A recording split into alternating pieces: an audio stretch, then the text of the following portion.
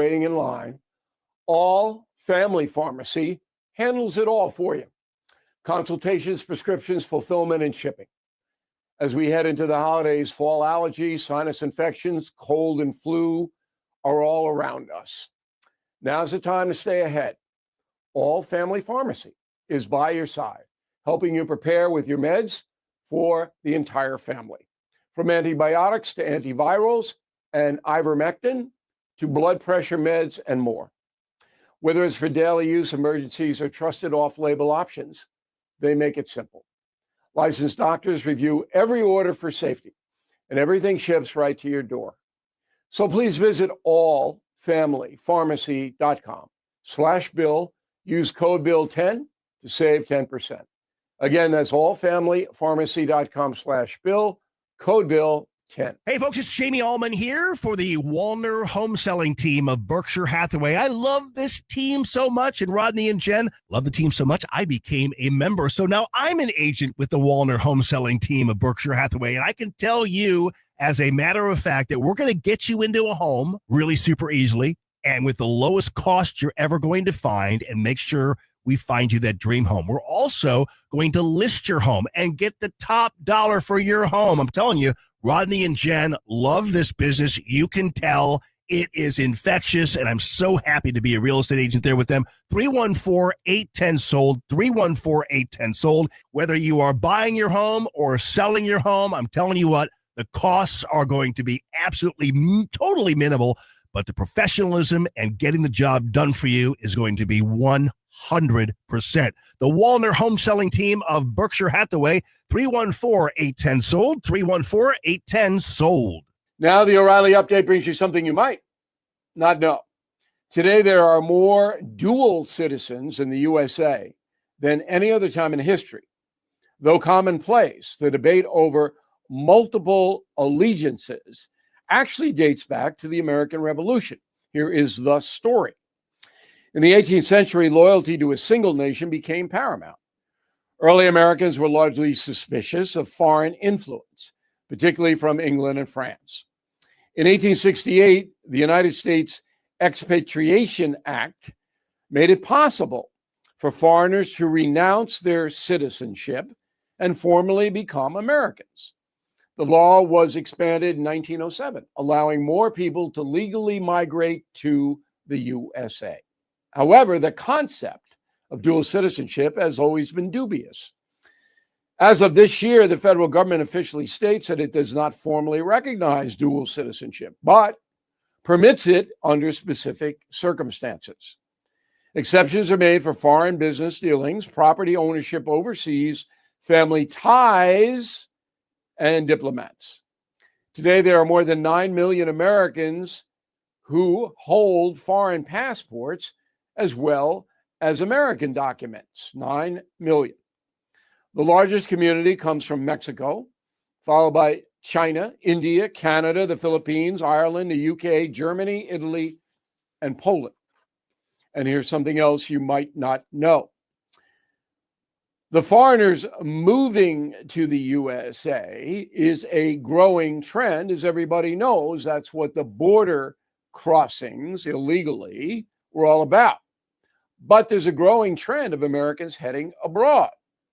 2 million U.S. citizens, not including service members, now permanently live outside the USA. The biggest expat communities can be found in Costa Rica, Panama, Spain, France, Portugal, Switzerland, Australia, Japan. To boost the local economy, many nations are now offering citizenship to wealthy Americans. You can become Portuguese for $200,000. Want to move to Greece? Buy a home worth 40,000 euros. That's about 50,000 bucks. Uruguay is the easiest. Give them money, you'll get a passport. Back in a moment. If you own a vehicle with less than 200,000 miles and have an auto warranty about to expire or have no warranty, listen up. Car Shield is a low-cost month-to-month vehicle protection plan. It's now available to the public. You can save out-of-pocket expenses on future auto repairs. Please call Car Shield now. to find out how you can pay almost nothing for covered auto repairs. 800-881-0365 for a free quote. This protection plan is at an all-time low price. Drivers who activate this vehicle protection today will also receive free roadside assistance, free towing, and car rental options at no additional cost. So please call for your free quote. 800-881-0365. 800-881-0365. Hey, what do you have to lose? 800-881-0365. Thank you for listening to the O'Reilly Update. I am Bill O'Reilly. No spin, just facts, and always looking out for you. KLGY HD3 Clayton, K270BW Belfast, KNBS Bowling Green. This is News Talk STL at 1019, 94.1, and always streaming at NewsTalkSTL.com. News this hour from Town Hall. I'm Mary Rose. As part of a deal to reopen the government last week, the U.S. Senate is set to vote by mid-December on whether to revise those subsidies. Changes Democrats say are a non-starter. On the Salem News program this week on Capitol Hill with Tony Perkins, Maryland Congressman Andy Harris, chairman of the House Freedom Caucus, says the 43-day shutdown hardened lawmakers' positions on Obamacare. You know, the Democrats want to extend these ridiculous Biden bonuses, these COVID-era enhancements for 3 years. Now, maybe we just extend some of them partially for 6 months while we negotiate all the rest of this. But in the end, there is going to be a negotiation on the high cost of healthcare premiums for the other 93% of Americans who aren't on Obamacare. That's going to be part of this discussion. The Maryland Republican adds that regardless of next month's Senate vote, changes to the so-called Affordable Care Act are inevitable. President Trump has reversed his stance on releasing the Epstein files. President Trump now says House Republicans should vote to release the files in the Jeffrey Epstein case.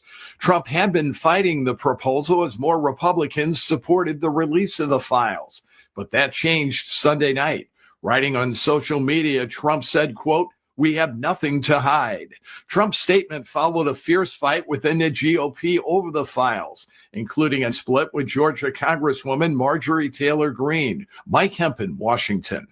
The president, critics claim he admitted a policy failure by lowering tariffs on some items to reduce costs. Republican strategist Aaron McGuire says they have it completely wrong. President Trump, one, has always spoken of tariffs as a tool in the toolbox, not as the final means for economic success. But the left-leaning lunacy media has always wanted it black and white when it comes for tariffs, and that's just not how it works. More on these stories at townhall.com. Dennis Prager here for AmFed Coin and Bullion. I've always been a strong believer in precious metals investment, and I've always been fascinated with rare coin collecting. But owning the wrong coins that only make dealers a lot of money can be catastrophic for your investment portfolio. AmFed Coin and Bullion specializes in taking people out of non-performing coin portfolios and turning them into gold, silver, or platinum bullion. They tailor a portfolio based on your goals and not what they want to sell you. You'll never experience scare tactics, misleading hype, or high-pressure sales from owner Nick Grovich and his very knowledgeable staff. They will evaluate your portfolio, show you how your coins have performed, and take the time to educate you on the ugly industry practices so that you can make an informed decision. Smart people can make very bad investments when they're under pressure and lack the facts. Call 800-221-7694. That's 800-221-7694. American Federal. From the Michaels Flooring Outlet Weather Center. I'm First Alert 4 Chief Meteorologist Steve Templeton. We have a chance for a few thunderstorms this evening and overnight. They're going to be isolated and brief, but they could contain some hail, mostly small hail, but something to watch out for this evening and overnight with a low down to 50 degrees. Then 71 for the high for Tuesday. There is a chance for some new storms in the afternoon, mainly east of St. Louis. They could produce hail or even an isolated brief tornado. So we made it a First Alert Weather Day focused east of St. Louis for Tuesday afternoon. We'll watch for any isolated strong storms to develop with that high of 71. Then mostly cloudy and dry Wednesday with a high of 60. That's the latest from the First Alert 4 Weather Center. I'm Chief Meteorologist Steve Templeton. This hour of News Talk STL is brought to you by Rodney and Jen Wallner and the entire Wallner home selling team at Berkshire Hathaway. Call them today at 314-810-SOLD. 314-810-SOLD. Attention established cosmetologists. Ready to be your own boss? The Nook is seeking 2 talented professionals for a fresh start in your career. Get your own dedicated workspace with full creative control and endless financial opportunities. Just $150 weekly, plus 2 weeks of free rent every year to use however you want. And here's the best part. Mention News Talk STL and get your 3rd month absolutely free. Your new professional home is waiting at the Nook in O'Fallon Plaza. Call 636-385-6665. Yes, it's been really hot and humid, but fall and winter right around the corner. Tim Jones here to tell you, time to get a hold of Chad Hansen and the gang at Hansen's Tree Service for your home or your business. Grinding, land clearing, green waste recycling, tree consulting, removal, or pruning. The organic mulch from Hansen's a wonderful addition to beautify and spruce up all your landscape beds. They offer substantial volume discounts for bulk orders and emergency tree removal. Just go to hansenstree.com. That's hansenstree.com.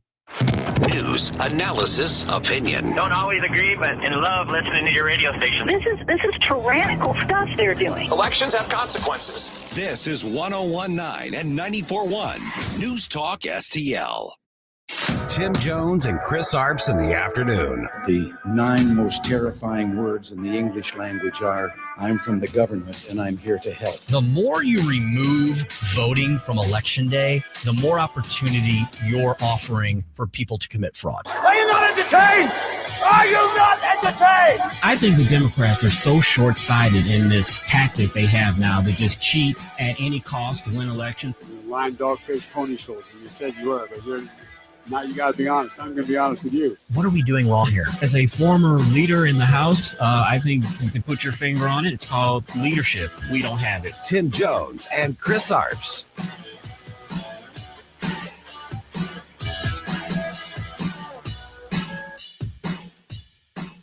Just about an hour ago, the FAA officially stopped reducing flights because of the shutdown and those air traffic control staffing issues. Now airlines are expecting everything to be back to normal by Thanksgiving. In fact, some airlines like American and its regional partners say that they even plan to operate more flights than last year's Thanksgiving holiday. Thank goodness Democrat Schumer's shutdown over. Maybe people will make it home in time for the holidays. Welcome to the Tim Jones and Chris Arps Show. It is a Monday. We're going to get you through the rest of the worst day of the week. Thanks for joining us here, November 17th, 2025. Chris, I did some traveling this past weekend, and I'm going to give a big shout out to an organization that I usually just complain about.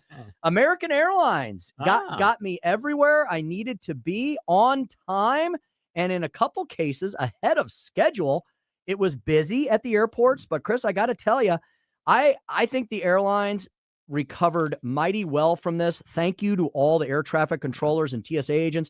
Chris, everybody had a smile on a face and a song in their heart and was moving people through as fast as they could. And that's the best you can hope for at America's airports these days. Yeah, exactly. I was wondering, did you have any travel troubles? I know that the flights were cut down from the 10% of what it was originally. They cut them down to 6%. I think now it's only a 3% shortage. So I was wondering, were there any delays?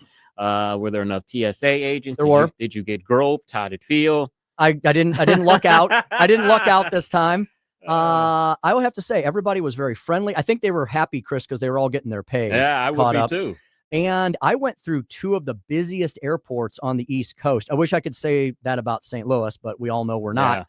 Yeah. Charlotte, which is a freaking monster of an airport, and they're about to double the size of it with an expansion that they're putting on, and a place I haven't been in a decade or so, Raleigh, Durham. Beautiful. I've been there once, yes. Beautiful airport complex. I'm like, why?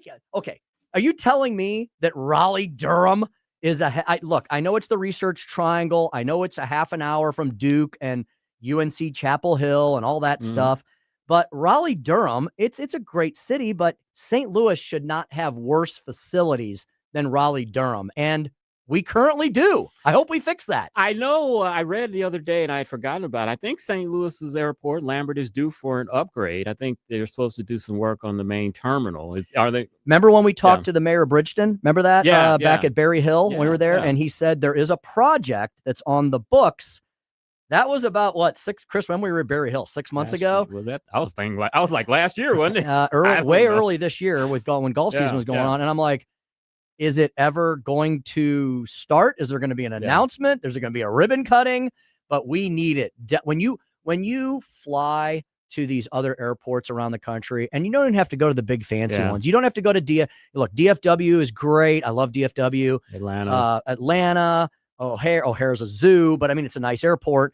Raleigh, Durham, Jacksonville. These are all places that are mid-market towns, and they have really nice airports. We should at least be competitive with those, and I don't feel like we are right now. I agree, and it looked like Lambert Airport, our airport, was getting a little more traffic. I know that I think it was American Airlines said that they are going to have a direct flight to London. I think another airline has a direct flight to Germany, I think it is. So maybe we're never going to be a hub again like when the TWA had heyday, but it was good to see some traffic picking up, the international traffic at least picking up in Lambert. And look, I'll say something nice. They are trying. There have been some major overhauls and some rehabs at Lambert, especially the newer terminal, what we call the Southwest terminal. That every time I go into that Southwest terminal, which I don't do often, but every once in a while, there's more gates, there's more planes, there's more amenities, there's more things. They need to combine the terminals, and they need a whole new footprint, right? They need to do what they did at LaGuardia. LaGuardia is a very similar model. It's a landlocked airport shoved into kind of a corner of northern Long Island, right there on the edge of Queens and Nassau.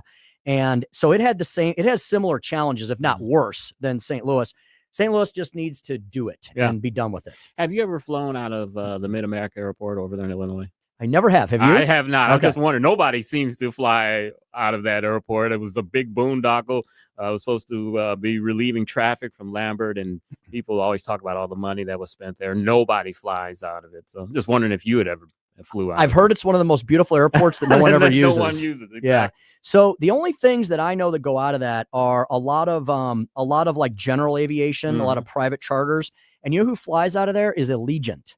Oh, okay. Allegiant is kind of like what's been described to me as, it's basically a charter airline for us normal people. Like if you have an extremely flexible schedule, like you're retired and you have a place in Florida, or you're visiting family in Florida and your schedule is extremely flexible, or you can leave on a Monday, Tuesday, or a Wednesday, you can get great flights and great deals on Allegiant Airlines. You drive over there to Mid-America. You park right outside the front door. Oh, wow. You walk right in and you get on the plane. Okay. Yeah, but it's only for limited circumstances. Yeah, and limited people. Yes. Attend or go to that airport. Too. Indeed. You had a busy weekend. I had a couple folks tell me you were doing an MC job over the weekend, and you did a fine job at that. I did my first music bingo, Tim. I'd never heard of anything like that before, but it was really, really fun. It was 70s and 80s music, and got to relive a lot of my teenage years with the music. It was really fun. Some of the folks dressed up in 80s costumes. The girls did, and had one young lady had the Pat Benatar-like wig on. So it was really fun. It was a fundraiser for Judge Denise Childers. She is the Associate Circuit Judge in the 11th Circuit. She was appointed to that position by Governor Parsons last year. So she has to run for a full term in August. And that's the primary. But, out there, if you win the primary, you're probably going to win the general election. But Denise Childers, great person of integrity, really like her. Got a chance to meet her last year, and it was a really, really fun event. Cool. Excellent indeed. Did you recognize most of the music or I recognized all of ones? it. Okay. So I have to admit, some of the country songs I did not recognize, but all the 80s stuff, 70s stuff, a few 60 songs thrown in there, I knew it all. That's fun. That's fun indeed. We got a lot of Jeff County people really were out there. Yeah, all of the Cecily Williams representatives. David Castillo was there, and some other folks. So they were out there supporting Judge Childers. That is very cool indeed. For Monday's show, we got a jam-packed one for you. We have tensions with Venezuela definitely growing. Donald Trump talking about the possibility of having some talks with Maduro and more. Former U.S. Senator, chairman of the Reagan Institute's National Leadership Council. He'll help us break all that down and much more, Chris, at 4:25. Chris's Corner at 4:45, of course, today. Yeah, cutting off your nose to spite your face. I've got a complete Trump derangement syndrome in Chicago. You won't believe this story. And the long knives continue to be out for Kash Patel. I told you last week the story was put out on him about him using a private government plane to go see his girlfriend. This is another story. Hit job on Kash Patel. And I'm completely convinced, Tim, that this is someone within the administration that is leaking stories to the Washington Post and to the Wall Street Journal to make him look bad. I'm still sticking to my prediction that Andrew Bailey will be the next FBI director either later this year at the end of December or sometime in January. I'll tell you what, Missourians run wild all across the Trump White House. Yeah. There are a ton of Missourians. We speak about some of the bigger names often. Will Scharf. There's also Alex Meyer, who runs the Department of Intergovernmental Affairs. I know that. Yeah, he runs IG. I met a young man who was in town a few weeks ago, talking about the RNC's efforts to push back against the left repealing the new congressional map. Fella by the name of John George, also a St. Louisan young man. We've got John Sauer up there. I was mentioning he's a solicitor general. Andrew Bailey's up there now. And I know there's more. I know there's others as well. So it's a nice nod to fly over a country here to have so many great Missourians serving at the upper levels of our federal government. And we may have a FBI director that serves in the upper levels of government from Missouri. Well, he'll do a good job because he great came from a law enforcement background. His first job was a county prosecutor, and those are some of the best.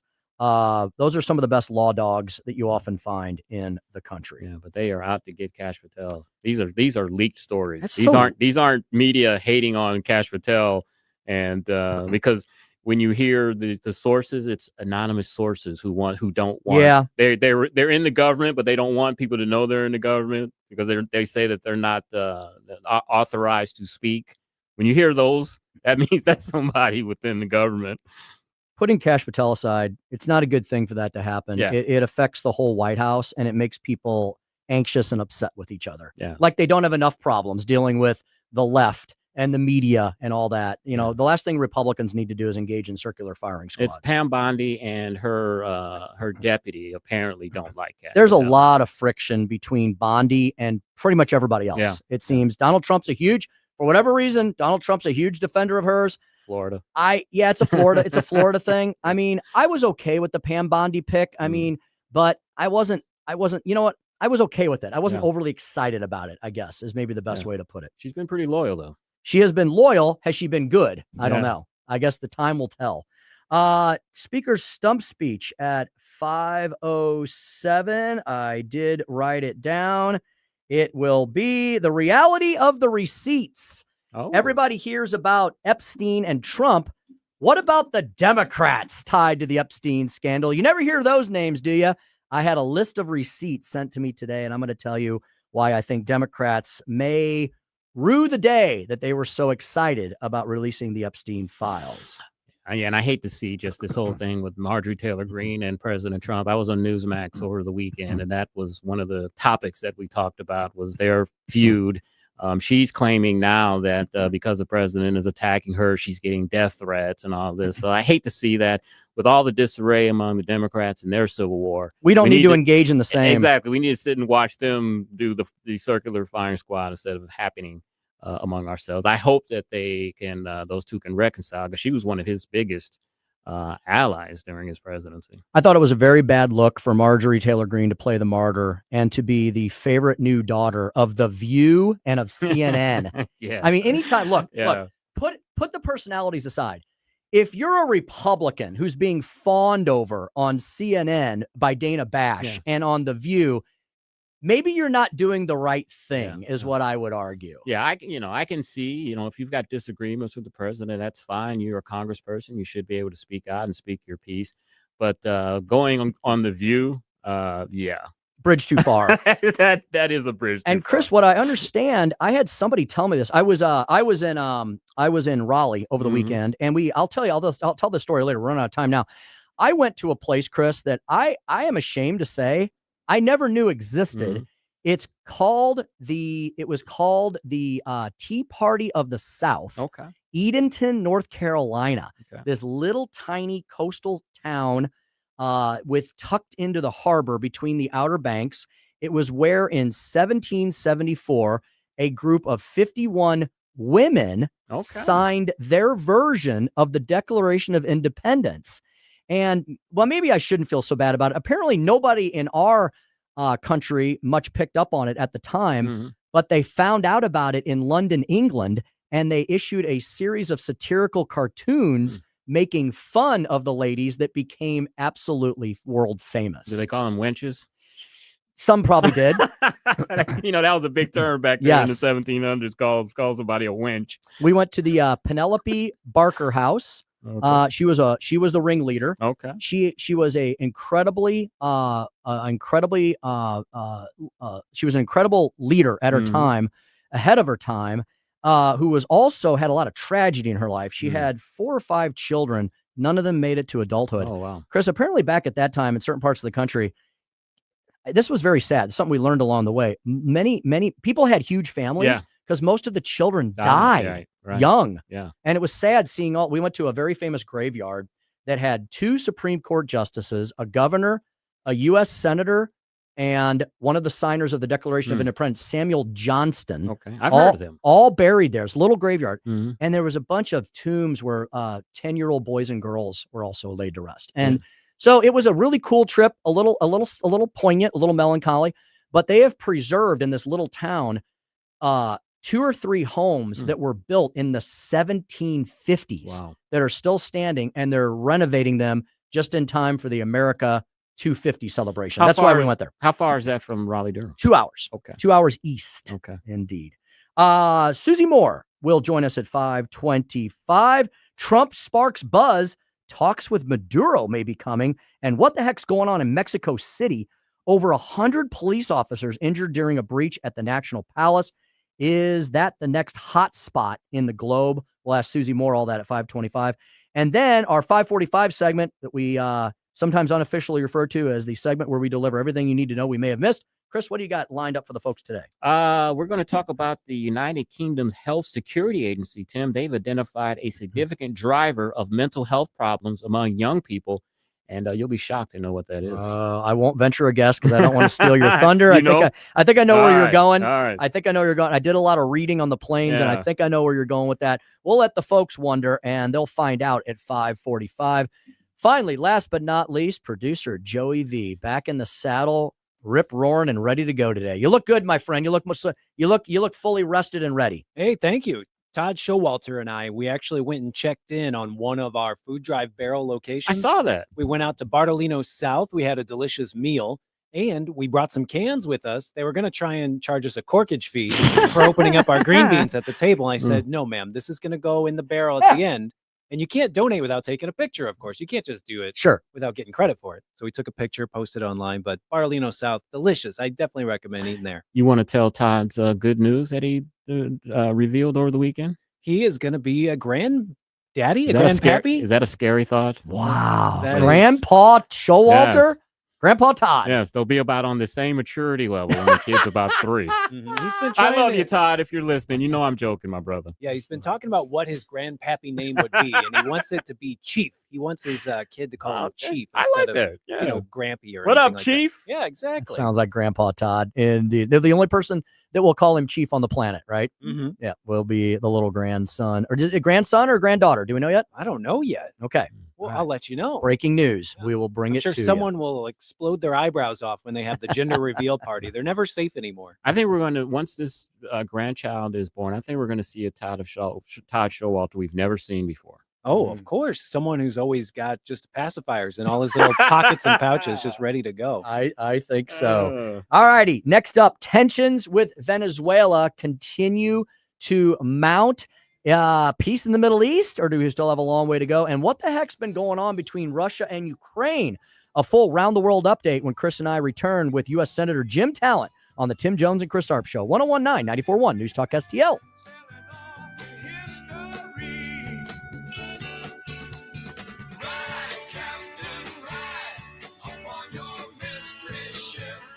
It's the Tim Jones and Chris Arps Show.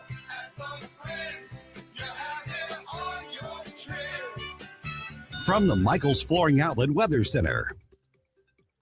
First Alert 4 Chief Meteorologist Steve Templeton. We have a chance for a few thunderstorms this evening and overnight. They're going to be isolated and brief, but they could contain some hail, mostly small hail, but something to watch out for this evening and overnight with a low down to 50 degrees. Then 71 for the high for Tuesday. There's a chance for some new storms in the afternoon, mainly east of St. Louis. They could produce hail or even an isolated brief tornado. So we made it a First Alert weather day focused east of St. Louis for Tuesday afternoon. We'll watch for any isolated strong storms to develop with that high of 71. Then mostly cloudy and dry Wednesday with a high of 60. That's the latest from the First Alert 4 Weather Center. I'm Chief Meteorologist Steve Templeton. News, analysis, opinion. Donald Trump has changed things, and people trying to do what's always been done is not going to work. Today, alongside this peace treaty, we also are signing a major trade deal. 1019 and 94.1 News Talk STL. One-stop shop for all your gift-giving needs, Newstetter's Fine Jewelers. Tim Jones here to tell you that Newstetter's is rocking and rolling and ready to receive you and your family and help you get much more easily and smoothly and comfortably through the holiday season. No anxiety at Newstetter's. They will take you in with a loving grace and show you around the store. The first time, this is a place that's family owned. They've been around since 1961. There's no high pressure sales techniques at Newstetter's. They don't need them. They've got wonderful stuff, a wide variety of it at incredibly reasonable prices, and they take the time to put a personal touch on everything. Like by the time you make a purchase at Newstetter's, you're going to have all your questions answered. You're going to feel you're going to be thrilled about your purchase, so much so that you're going to want to be coming back again. Newstetter's is at 2961 Daughtery Ferry Road, right in the heart of the county of St. Louis. WowDiamonds.com is their website. And everything I told you about Newstetter's, that's the Newstetter's difference that people feel that encourages them to come back again and again. Look, you guys out there, if you're always like, I don't know what to do in a jewelry store, the first time you go to Newstetter's, take your spouse, take your loved one, take your special people in your life with you, and you can work with Diana, Richard, the whole gang, and you can set up your Newstetter's wish list. You write down, everybody writes down everything they want in the future, and then it gets tucked away in the file drawer, and then you can go back in by yourself and pick out the next thing or two or three on the list. Isn't that magical and simple in its wondrousness? They've got everything at Newstetter's. Diamonds and wedding and engagement rings, hand-engraved items, because Richard is a master engraver. You can create a legacy item for your family at Newstetter's. They do jewelry repair and appraisals. They sell awesome watches and repair those as well. They can resize your rings. They can take old jewelry and make it new again. They can design things for you, or they'll be happy to show you all the stuff they've got in their incredibly wide and varied and beautiful stock. Your one-stop shop for all your very special gift-giving needs this Christmas and Hanukkah and holiday season is at Newstetter's, WowDiamonds.com. That's Newstetter's Fine Jewelers, WowDiamonds.com. Your business moves fast. PRI Global keeps it moving smarter for almost 30 years, delivering top tech talent to help companies grow stronger, custom applications, simplifying your operations, securing your data, modernizing your business from the cloud up. And with Prismatic, you're going to get real-time insights, automated workflows, people, process, platform. PRI Global delivers all three. PRIglobal.com. I'm Missouri Attorney General Catherine Hanaway. Fraud and scams can strike anyone. My office works to ensure that Missouri is free from deception and unfair practices. Last year, we handled over 65,000 consumer complaints and returned more than $400 million to Missourians. If you've been a victim of fraud, call 800-392-8222 or visit ago.mo.gov. Paid for by the Missouri Attorney General's Office. Hey, it's Vic Porcelli here with our great friend Chris Cooper from Serenity Wealth Management. Hi, Chris. How are you, Vic? I don't want to put anybody else down, but when you go up and visit you at Serenity Wealth, your place looks like home. So a lot of financial advisory offices, they have, the big mahogany desk or the big marble entryways and things like that. The stock market channel on the TV when you walk in the door, right? That doesn't really drive a good conversation. Good financial guidance and advice starts with a good conversation. People are nervous. People are afraid to talk about finances, right? And so you can see a little standoffish. Well, my objective is to try to have a good casual conversation. By having those conversations about life, goals, objectives, it's what makes me understand what our financials are supposed to fund. So if somebody does want to have a good conversation, how do they do that? How do they find you? Our website is the best way to do that because you can get all the information you need, understand where we are, get a little bit more information, all that. SerenityWealthNow.com. Reach out to Chris and Stacy today at SerenityWealthNow.com. Investment advice offered through Fortis Capital Advisors, LLC. This hour of Jones and Arps is brought to you by Stifel. Contact your Stifel financial advisor at stifel.com. That's STIFEL.com.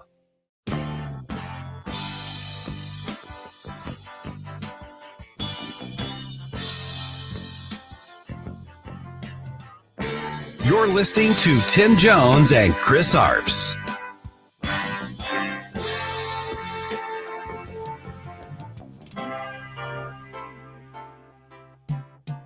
U.S. Marines are set to begin joint training exercises in Trinidad and Tobago, just 7 miles off the coast of Venezuela. And this represents a major escalation and show of force in the Caribbean as the Trump administration continues targeting Latin American drug cartels. Just hours ago, the administration launched its 21st airstrike, bringing the total number of alleged drug cartel members killed to 83 since operations began in September. Today, the USS Gerald Ford Carrier Strike Group also entered Caribbean waters, now part of the 15,000 U.S. troops operating in the region, the largest presence there in decades. 429 on the Tim Jones and Chris Arps show, and the Department of War, Tim, is calling this Operation Southern Spear. We'll wonder if Maduro's days are numbered, or is the United States just saber-rattling? We've got a great guest to ask that question. Former U.S. Senator Jim Talent and chairman of the Reagan Institute. I'm watching this and just wondering, who's running the show. This Jim Talent segment is brought to you by Royal Banks of Missouri. Senator, good afternoon. How are you? I'm fine, Chris. How are you? I'm good. Senator, I remember back in my younger days, back in the 80s, a little operation called Grenada, where we mopped that country up in about 3 hours, it seems. And I also remember during the George H.W. Bush administration, we took out Noriega, or Pineapple Face, as he was affectionately called back then. Are we going to see military action in Venezuela? Well, here's what I think is going to happen. Okay, and I think the administration's deliberately not being crystal clear about what it intends, because this is a form of saber rattling, but I think what they're doing is they're going to move. They are already moving and will continue to move to interdict the drugs, the gangs, and to pressure the Maduro regime with a view towards getting them either to stop these illicit activities, which include a lot of other things, or to abandon ship so the country can be run by somebody who's decent. And you got to remember, the Venezuelans, yes, we know about the gangs, we know about the drugs, the money laundering. They also have created refugee crises, pushing people north, including a lot of their criminals. They play host to Russian ships. The Chinese cover them diplomatically. The Cubans are there. They form a lot of the force that suppresses dissent and enables Maduro to stay in power. And so the administration is both preparing to use force, I think, in a targeted way, or to continue using it, but also presenting such force as to try to make Maduro move. That's my guess as to what's going on here. And I just think it's the Southcom commander has more assets at his disposal than any of his predecessors going back decades and decades. So it must be kind of fun for them. Senator, deciding whether or not the United States of America should engage anywhere around the globe is always a complicated, complex mess of a decision. And of course, you've got the extremes of people on one hand who say never get involved in anything, anytime, anywhere. And then the other extreme, always get involved in everything as much as possible. Senator, as you know, reality makes this a giant gray space, right? And some may say, well, this is a random South American country. They have really no military. They're not a threat. On the other hand, Senator, I mean, they've kind of been engaging in a soft invasion of the U.S. for decades, haven't they? With the influx of the drugs and the fentanyl and then our other narcotics and other things. I mean, they are harming the U.S., whether people want to admit it or not, right? Oh, yeah, there's no question that they're not only a threat, they're a threat that's being realized every day. And look, I spoke to a group last week and I said, I understand the isolationist impulse and I share it. I told them, they laughed, but it was true. I said, I'm the least cosmopolitan person in this room. I said, I fight with my wife all the time because she wants to travel in places around the world, and I don't want to go any place they don't speak English and I can't spend $1. And that is literally the case, you know. But we need to respond when threats rise above a certain level. And I think targeted military action along with diplomatic pressure is the right strategy. Has to be carried out effectively, but I think it is. And I would support it to that extent were I in the Congress. I would be very reluctant to support the use of American ground forces. I doubt seriously the administration is planning that. If they do have a sustained military effort that requires supplemental funding, in other words, it can't be paid for out of the budget of the department of the DoD, then we're going to see Congress consulted. Until then, there isn't a reason to. The issue, if I was going to criticize the administration, it's at some point we need an explanation beyond what the president can provide in questions and answers with reporters. And depending on what they do, I expect we'll get it. But this has been a bad thing that has hurt lots of Americans for a very long time, and it's in our own hemisphere. And, you know, far from being something the president shouldn't be doing, this is something past presidents should have been doing. And I'm glad that attention is being paid finally. Speaking, of course, with Jim Talent, former U.S. Senator and chairman of the Reagan Institute's National Leadership Council. Senator, tomorrow, Saudi Arabia's Crown Prince Mohammed bin Salman comes to Washington, D.C., and there is talk that he may walk away with a security guarantee similar to the one the president gave Qatar last month. Do you see that happening? Well, I'm going to go out on a limb and say unlikely. If it does happen, it probably presages a really good thing, the Saudis joining the Abraham Accords. That's what's going on here. I mean, the vision that we have for the Middle East, our government has for the Middle East, is an equilibrium, a stability based on a partnership between Egypt, Jordan, Israel, and the Gulf states, backed up by the economic and diplomatic leadership of the United States. That's what Trump is aiming at. And I think there's a lot of reasons why the Saudis should do it, and good reasons why I think they want to do it. But we're relationship building. I doubt it'll get to the point of a security guarantee at this point. But for example, the Saudis are interested in getting F-35s. And of course, and a fair number of them. I think it's like 45, which would be a year's production. It would be good for the defense industrial base. The issue is, okay, we got to have confidence that the Chinese aren't going to get that technology. So again, this is a complex dynamic here. It's headed in the right direction. We have a possibility for another real breakthrough to stabilize that region. First time that would be the case, really, and certainly in my time involved in national affairs. But it could be, but I would tend to doubt it at this point. Now, having said that, I could wake up tomorrow morning and find out, yep, they got it, right? But I don't think so. I'm not sure they want it. I think the MBS, that's the king. He's more interested, I think, in solid economic connections, getting the Syrian situation resolved in a way that is acceptable to Saudi Arabia. There's going to be a lot of discussion of Syria, I'm sure. Senator, following up on that, there was a story out today that talked about the fact that UN ambassador, former Congressman Waltz, who's now the ambassador to the UN, has stated that the peace plan that Donald Trump has crafted between Trump 1.0 with the Abraham Accords and Trump 2.0 with what we just saw, that largely ended the majority of the conflict between Israel and Hamas, and got most importantly got the hostages released. Waltz has said that Middle East peace plan is truly the quote only way forward, and to prove that point, he's the eternal optimist, I guess. He's going to present a resolution to the UN Security Council on Gaza. I guess this is the U.S. trying to drag the UN kicking and screaming to some sense of sanity in that region. What do you think of that?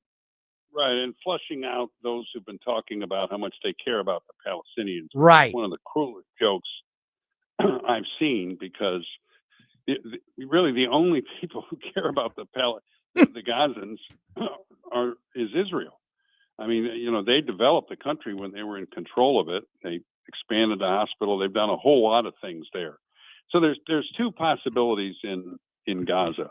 Okay, one of them is that Israel is going to continue occupying its 53% of Gaza, and that part of Gaza, I think, is going to be redeveloped. It's going to look a lot like a new administrative region from the West Bank. As far as the other half is concerned, there could be governance installed with a sufficient security force to suppress Hamas, in which case there is a possibility of an independent Gaza, which would be a Palestinian state. I think there's a chance of that.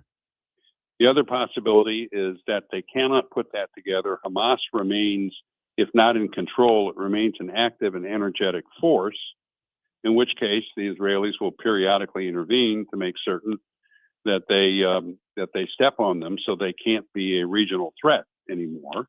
In either case, our interests are going to be protected. The issue is if there were a Palestinian state, it again makes the Abraham Accords easier, because it would help the Gulf states if there was something that looked like a solution to the issues involving the Palestinians. That's the big reason for us to be pushing this. And there's some tension between us and the Israelis, because the Israelis they're taking care of their own security now. We've talked about it on the show, and they're more risk averse than we are for obvious reasons. They're the ones who get attacked, not us, right? Mm-hmm. So we're willing to accept more risk in an effort to get something that the Israelis want along with us, which is an independent, peaceful Palestinian state. So that's the tension. But there's a good relationship between the United States and Jerusalem. I think they're going to be able to manage it. I hope they're able to do this. And what Waltz is doing at the UN is all part of that. I mean, this is a long-term diplomatic plan with a lot of threads in it, if you will, with a lot of aspects to it. And this is one of them. Senator, the House is expected to vote this week on the discharge petition demanding the Justice Department release the full Jeffrey Epstein files. I'd like to get your opinion on this, first as an attorney and as a former member of Congress. Well, as an attorney, although not one involved in criminal type prosecutions, that there's some parts of it that they can't release, like the grand jury transcripts. Those are never released, and they shouldn't be. There are other parts they won't release, like all the pornography. As far as the rest of it's concerned, I guess they could release it. I'd be for that. I don't have a problem with it. I don't, either on just a level of should we have transparency or on a level of am I concerned about anybody I like politically being caught up in it? No, I don't think so. And very much to include the president, who's just urged the release of it. So I guess if I was in the House, I'd probably go ahead and vote for it. I don't know how much how much new we're going to get out of it, but if it satisfies the public that they're seeing everything there is to see, that's a plus. And Senator, it would be one way definitely to put all the suspicions to bed, right? Because I loved how the Democrats last week selectively released 3 emails involving a woman who is already deceased and basically cleared Donald Trump, but they released certain emails that looked like she hadn't, and they redacted her name, right? To kind of, and then as people dug into it, they're like, well, wait a minute. First of all, this lady basically said Trump had nothing to do with Epstein. And secondly, I guess we can't have any follow-up conversations with her unless we have a Ouija board, because she's gone to the great beyond. Yeah, well, I haven't read the primary source stuff. From what I have read about it, it seems pretty clear that I don't know exactly when, but it's clear that Trump knew Epstein. Epstein seems to have known everybody. Unfortunately. But that Trump was pretty actively an opponent of his, and certainly that Epstein hated him, right? He was constantly trying to figure out how to get him. So I've never been concerned as an American or Republican about Trump actually being involved in anything nefarious involving Epstein. I do think it's pretty clearly a major, it's a point of provocation for the public. And so, I guess if by releasing it, we can satisfy people that we know everything there is to be known, that's a pretty good reason to release it. But you do have to protect the innocent, and Right. I've said that all along. I mean, there are people mentioned in this who didn't do anything wrong. There are victims' names who could be mentioned, so you have to be very careful about that. But I mean, he seems to have known a whole lot of big shots, and some of them taken in by him. Some of them, I guess we'll find out, may have been involved with him in some of this stuff. So it would be good if we could get it put to bed, fellas. I agree. And that is Jim Talent, former U.S. Senator, chairman of the Reagan Institute's National Leadership Council. You can reach him on X at Jim Talent. Senator, thank you as always for your time, and we look forward to speaking with you again next Monday. Okay, thank you. Thanks, guys. All right, 444 coming up, Chris's Corner. We're going to talk about cutting off your nose despite your face. Trump derangement syndrome, TDS, is running wild in Chicago. I have that story for you. And the long knives continue to be out for Kash Patel. I give you the details on that. You're listening to the Tim Jones and Chris Arps Show on 101.9, 94.1 News Talk, STL. And I know you believe in me. Oh, yeah. Oh, yeah. Dropping truth bombs and making you think. It's the Tim Jones and Chris Arps Show.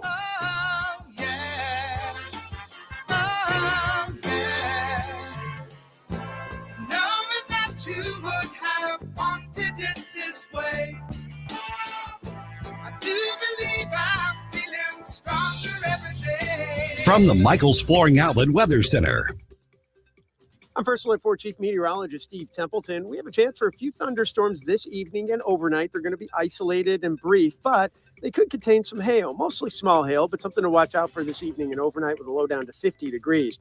Then 71 for the high for Tuesday. There is a chance for some new storms in the afternoon, mainly east of St. Louis. They could produce hail or even an isolated brief tornado. So we made it a First Alert weather day focused east of St. Louis for Tuesday afternoon. We'll watch for any isolated strong storms to develop with that high of 71. Then mostly cloudy and dry Wednesday with a high of 60. That's the latest from the First Alert 4 Weather Center. I'm Chief Meteorologist Steve Templeton. On the next Larry Connors USA. The story behind the story of the Great Rattlesnake Roundup. Larry Connors USA. Now, weeknights 6 until 8. On News Talk STL. Hey, Colombo here for Intervine, a great local company that has customers all across the country due to the quality of their products. Intervine has the best flashlights, lanterns, headlamps, and even batteries, including the new Monster 2000 Lumen waterproof lantern and the Sentinel 2000 self-defense flashlight. Our home and vehicles are full of great Intervine products, and right now you can shop their website and get 25% off your entire purchase just by using my name, Tony, as your promo code. That's promo code Tony at Intervine.com. This is Larry Connors, and my favorite sandwich at Capriati's is a Philly cheesesteak with peppers, sweet peppers, but sometimes hot peppers. I love Capriati's, and so will you. Open 9 to 9 daily on Manchester at McKnight in Rock Hill.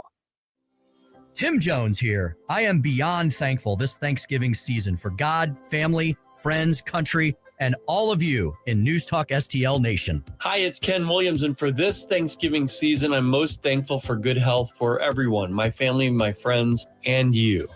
News Talk STL, celebrating family and friends this season of Thanksgiving. Brought to you by Best Buy Flooring, D. Gregorio's Food Products, and Golden Chicken. Hey, Colombo here for Rockwood Charcoal. Rockwood is made from 100% pure Missouri oak and hickory, so you're cooking with the best and supporting local industry and a local business all at once. There's over 100 area Rockwood retailers. Find yours at rockwoodcharcoal.com. Kathy Connor from Connor Roofing is here. Kathy, how you doing? Good. Hi, Vic. You know, when you need a roof, I don't want to call a stranger. I want to call you. Yeah, thanks. At Connor Roofing, we're more than just a roofing company. How long have you been doing it? Since 1993. And year after year, storm after storm, you guys are always there. Because this is our home too, Vic. Our kids go to school with your kids. We cheer for the same teams. Go Blues! So support your neighbors. Call Connor Roofing at 314-375-7475 or CONNER roofing.com. Thanks, Vic. This hour of Jones and Arps is brought to you by Stiefel. Contact your Stiefel financial advisor at Stiefel.com. That's STIFEL.com.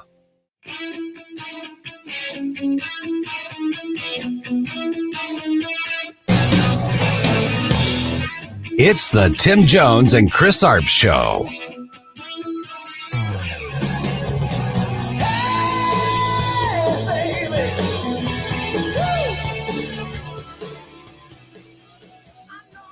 The most hurtful thing he said, which is absolutely untrue, is he called me a traitor. And that is so extremely wrong. And those are the types of words used that can radicalize people against me and put my life in danger. 449 on the Tim Jones and Chris Arps Show. And a lot of people, Republicans, are scratching their head, Tim, wondering what happened between Donald Trump and Marjorie Taylor Greene. They were very close allies. She was one of his biggest supporters.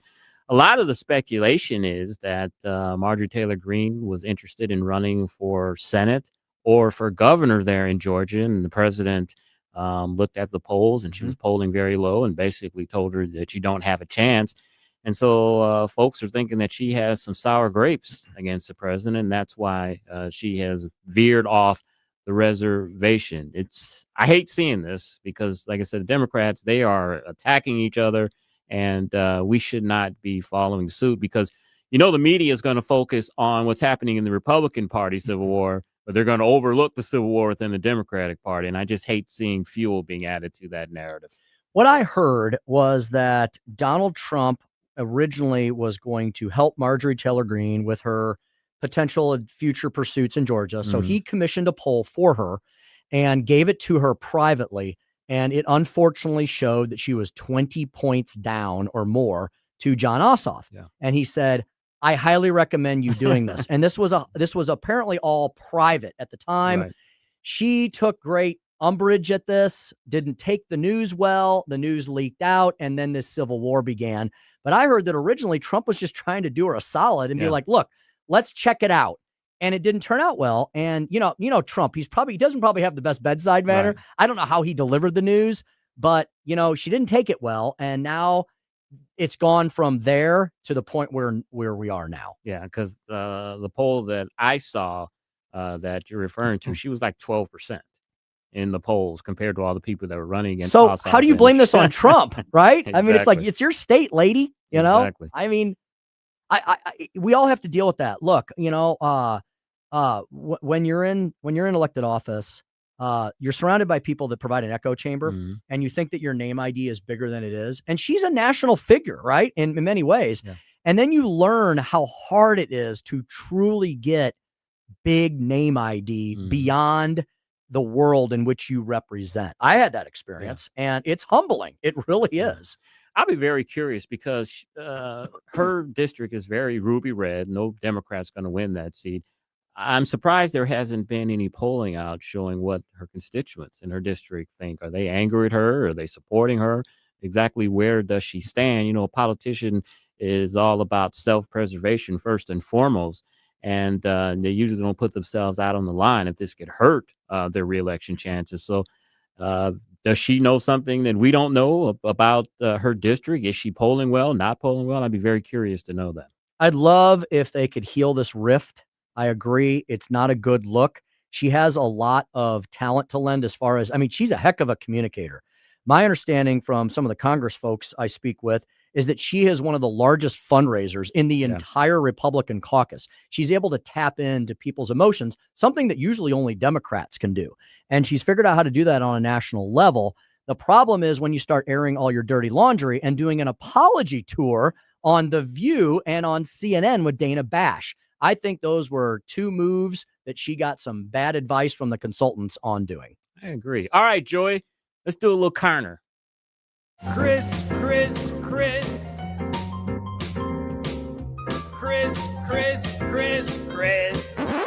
And if you don't know, now you know. And now, Chris's Corner. Chicago Treasurer Melissa Conyers Irvin has made a decision, Tim, to boycott purchases of Treasury securities, in Chicago. Now, we know that Chicago is cash-strapped. Their public pension funds are very underfunded. They don't have enough money. They have a sinking credit rating. So you would think that you would buy U.S. Treasuries. I think they're paying like 4%. It's a steady return on your investment. You're not going to lose any money with this. But she has decided to boycott the purchases because She wants Trump to tell his agents to, quote, stop putting guns to the head of American citizens. She is upset about the immigration crackdown there in Chicago. She said, quote, we will not invest in U.S. treasuries as we will not bankroll Donald Trump to terrorize American citizens. Now, the Chicago Treasury has about $10 billion in U.S. Treasury bonds.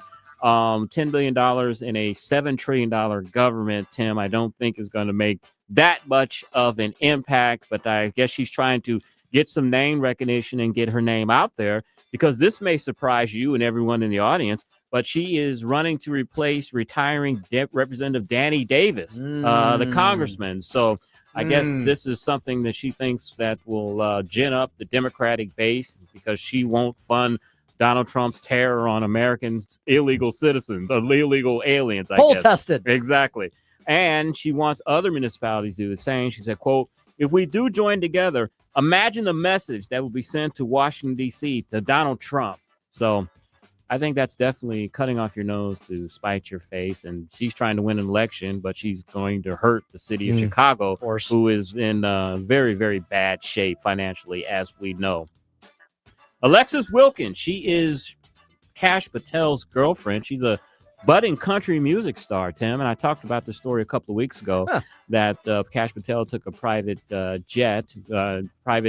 government jet to go see her, which in itself is okay, because the FBI director is not supposed to fly commercially. He's supposed to fly on a private government jet because of security reasons. But now we learned, and as I said, I swear this story is leaked out. This is not something the hit job.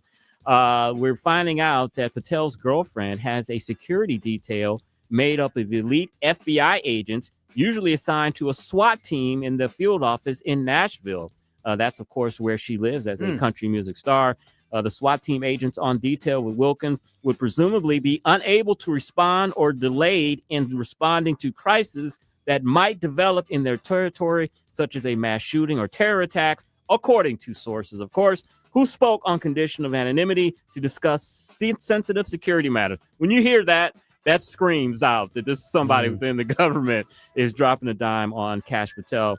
FBI spokesman did not respond to comments from the WashPo that was asking about this. But whenever you hear, this is just a primer for everyone, whenever you hear that this person spoke on the condition of anonymity to discuss sensitive security matters, that tells you that it is somebody in the government, but they don't want their name put out, so they're dropping a dime. So obviously, as I said before, there's rumors that Pam Bondi and her deputy, I can't remember his name, did not like Kash Patel.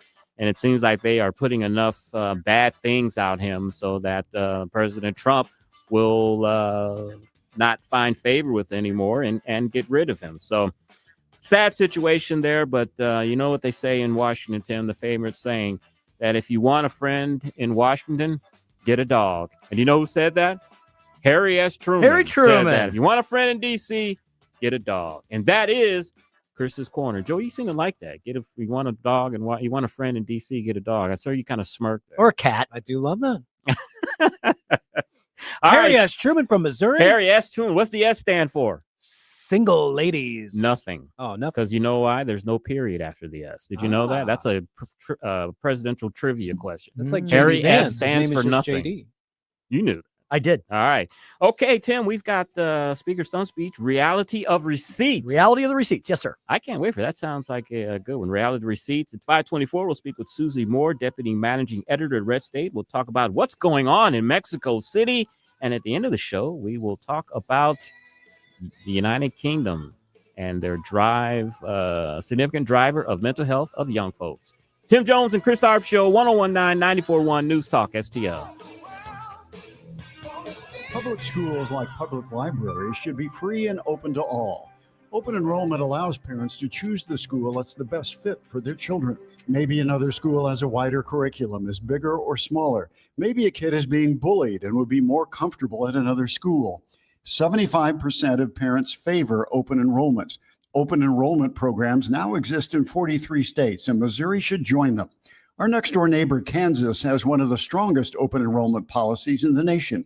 Kansas parents are trusted with choices and options, while Missouri parents must move out of their home to change public schools. And it's a trend. Nationwide, the percentage of students going to their chosen public school has steadily increased. Assigning kids to schools based on their zip code is the old way. Open enrollment is a better way.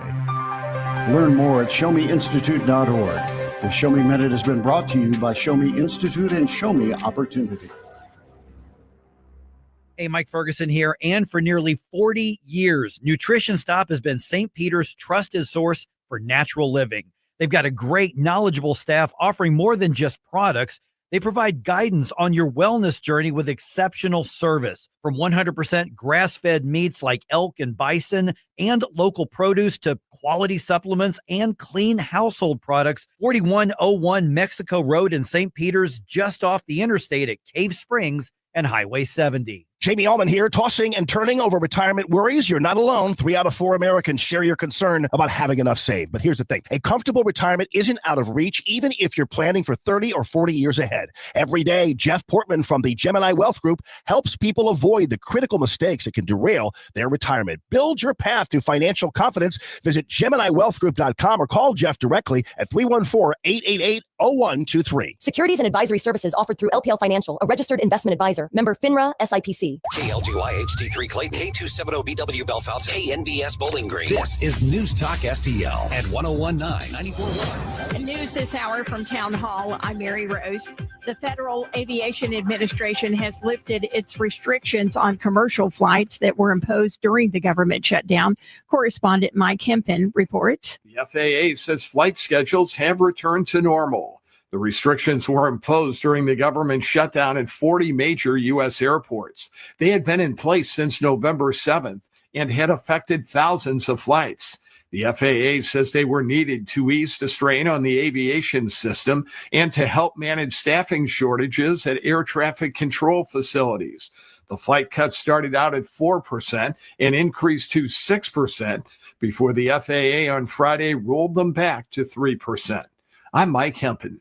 A former official at the Federal Reserve violated the central bank's ethic rules. White House correspondent Greg Cluxton reports. Former Fed Governor Adriana Kugler, who retired in August, listed several stock trades in her financial disclosure documents for 2024 that violated the central bank's ethics rules. The transactions are outlined in a report released by the U.S. Office of Government Ethics. Fed officials are barred from investing in individual stocks, bonds, or cryptocurrencies.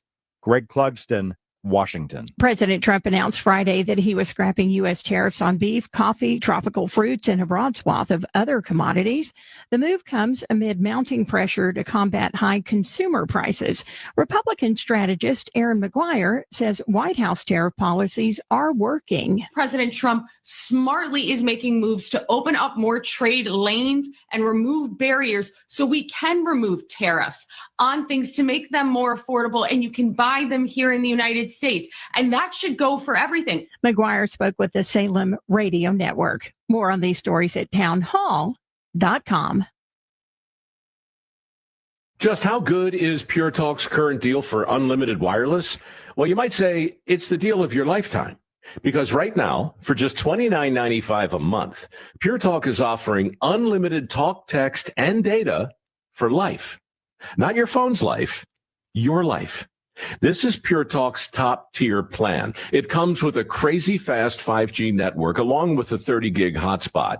And at just $29.95 a month, there has never been a better opportunity to lock in a ridiculously low rate for as long as you live and save thousands and thousands of dollars along the way. This plan is normally $65 a month, but if you switch today, you will save over 50% every single month for the rest of your life. See what I mean? It really is the deal of your lifetime. Dial pound 250, say Mike Rowe. Offer ends 12/7. Some restrictions apply. Details at puretalk.com. From the Michaels Flooring Outlet Weather Center. I'm First Alert 4 Chief Meteorologist Steve Templeton. We have a chance for a few thunderstorms this evening and overnight. They're going to be isolated and brief, but they could contain some hail, mostly small hail, but something to watch out for this evening and overnight with a low down to 50 degrees. Then 71 for the high for Tuesday. There's a chance for some new storms in the afternoon, mainly east of St. Louis. They could produce hail or even an isolated brief tornado. So we made it a First Alert weather day focused east of St. Louis for Tuesday afternoon. We'll watch for any isolated strong storms to develop with that high of 71, then mostly cloudy and dry Wednesday with a high of 60. That's the latest from the First Alert 4 Weather Center. I'm Chief Meteorologist Steve Templeton. This hour of News Talk STL is brought to you by Stifel, serving investors for over 130 years. Contact your Stifel financial advisor at stifel.com. That's STIFEL.com. License number E2014A. Hey, it's good to see you. Lights flickering? Chrysler can fix it. Breaker keeps tripping? That's a Chrysler job. Outlet not working? Chrysler makes it right. Old wiring need a rewire? Chrysler rewires with care. From little fixes to major fixes, we treat your home like our own. Treat? Did you say treat? Woof. Green is always Grasser at GrasserHomeservices.com. Looking for an underwater adventure or a scaly new friend? Dive into Tropical World Pets on Watson Road. For 32 years, this family-owned wonderland has been St. Louis's go-to destination for all things aquatic and reptilian. With over 7,000 square feet of aquariums, we're home to the area's largest selection of freshwater fish, including rare cichlids you won't find anywhere else. But that's not all. We've got tarantulas, snakes, and lizards galore. Tropical World Pets, 314-849-4020, or visit twpstl.com. If you have a phone, you have a radio. Yes, I listen on my phone. Download the all-new News Talk STL app. Love the all-new News Talk STL app. It is awesome. And listen anytime. Love the News Talk STL app. Anywhere. Tim Jones and Chris Arps in the afternoon. The 9 most terrifying words in the English language are, I'm from the government and I'm here to help. The more you remove voting from Election Day, the more opportunity you're offering for people to commit fraud. Are you not entertained? Are you not entertained? I think the Democrats are so short-sighted in this tactic they have now to just cheat at any cost to win elections. You're a lying dog-faced pony soldier. You said you were, but now you got to be honest. I'm going to be honest with you. What are we doing wrong here? As a former leader in the House, I think you can put your finger on it. It's called leadership. We don't have it. Tim Jones and Chris Arps.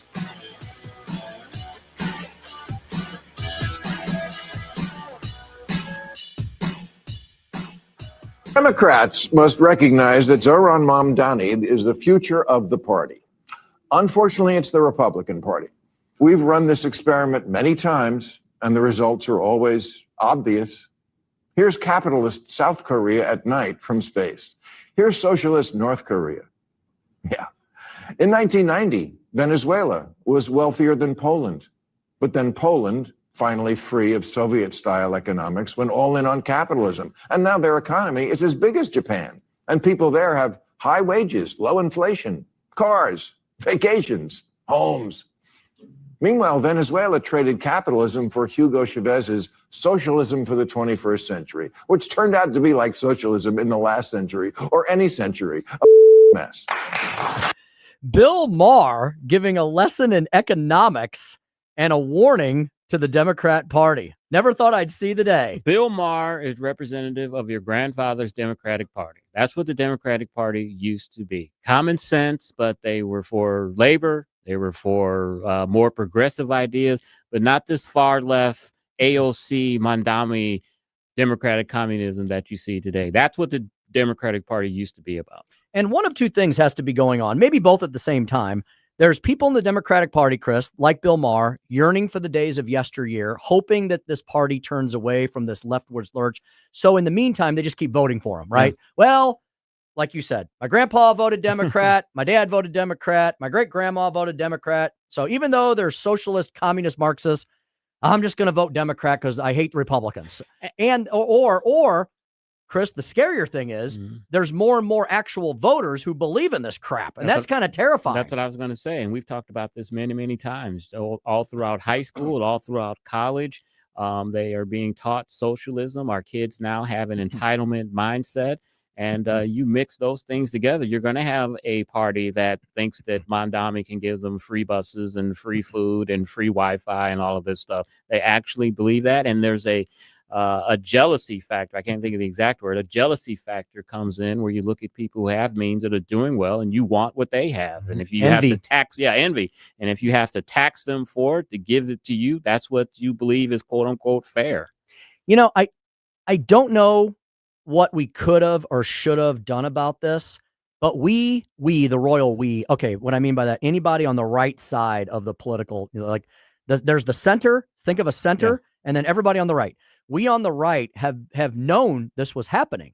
I mean, for at least, I go back 25 years in this battle, talking about how crazy things had become in our K through 12 and our institutions of higher education. We knew it was happening.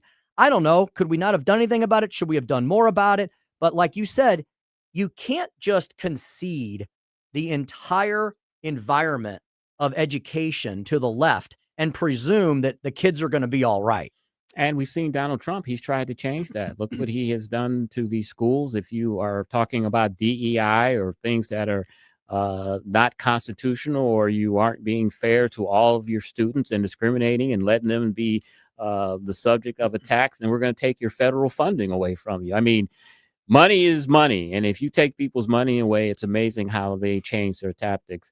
The left is up in arms about what Donald Trump is doing. He's saying that they're taking away academic freedom from these universities. But I don't think he's doing that at all. I think he's bringing the pendulum back from far, far left to back towards the center and back to their original mission of educating these kids, not indoctrinating these kids. And what educrats and bureaucrats and leftists and even, unfortunately, most Democrats will never admit is it's not their money. They don't make, the government doesn't make anything. It just spends and tells you what to do. And follow up on that. I think coming years, I think the universities are going to lose more and more of their influence just because they are graduating these people with these worthless degrees. Absolutely worthless. Being $100,000 in debt. Meanwhile, the guy that went to welding school or the guy that we got has a blue collar job is making six figures and has no college debt and is living the American dream. I have a speaker stump speech that I like I said, I was on airplanes a lot, so I gathered a lot of material over the weekend. I've got one where I'm going to talk about just that, how to pursue the American dream, old school style. And it doesn't involve having to, look, we love people who invent things. We love entrepreneurs, but a lot of that stuff it's a combination of luck and skill. It's 1 in a million, right? Yeah. There's a lot easier way to live the American dream. And it's pursuant to pursuing capitalism, working for a good, solid company, putting your time in. And I'll tell you folks about this later in the week. There is a certain company, a normal company that has created more millionaires than you could imagine. And you'll be amazed when you hear what industry it is. It's nothing fancy, but it's just a great company that's been around for decades. And people, Walmart? No, don't give it that's away. That's one of them. That's one of them. But this is a different one. This is a different level. Yeah. But this is the thing they're trying to destroy. The left doesn't want the perpetuation of free markets and capitalism in this country. And it is shocking. Somebody who I couldn't stand Bill Maher 10 years ago.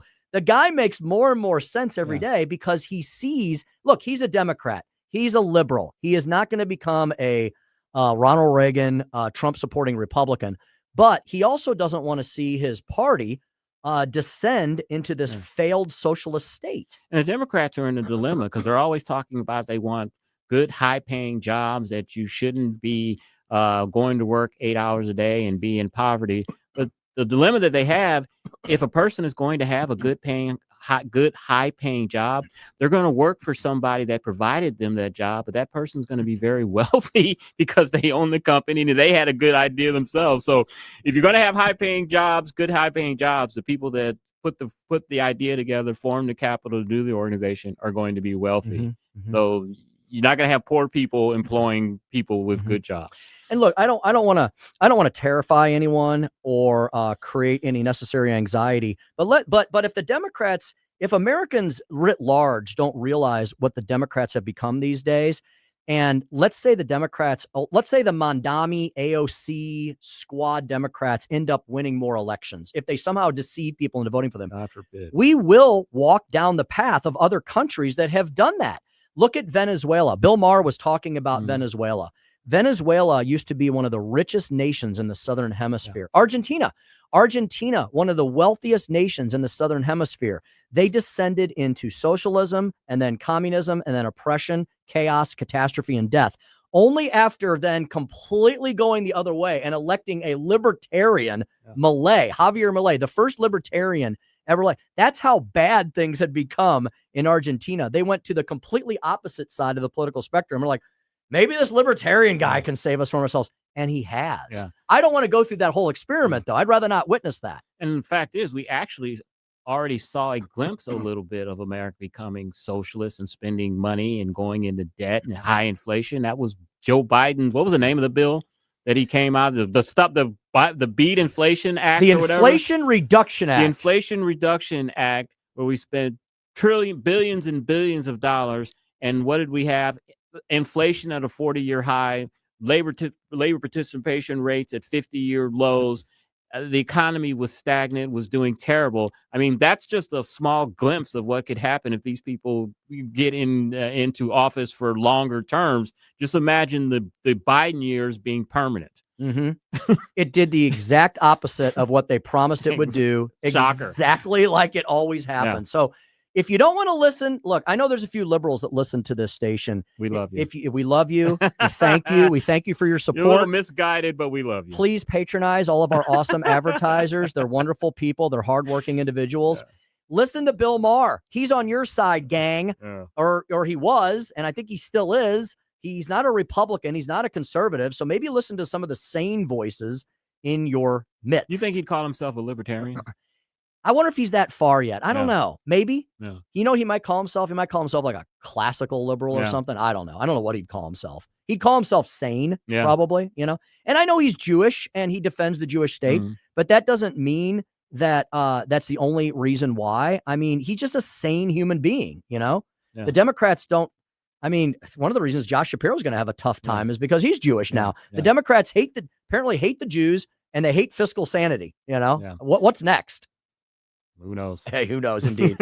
Epstein. Don't ask me to try to figure them out. Epstein's next, Chris. That's all that they've got to hang their hats on. Well, they may get exactly what they asked for, and they may rue the day.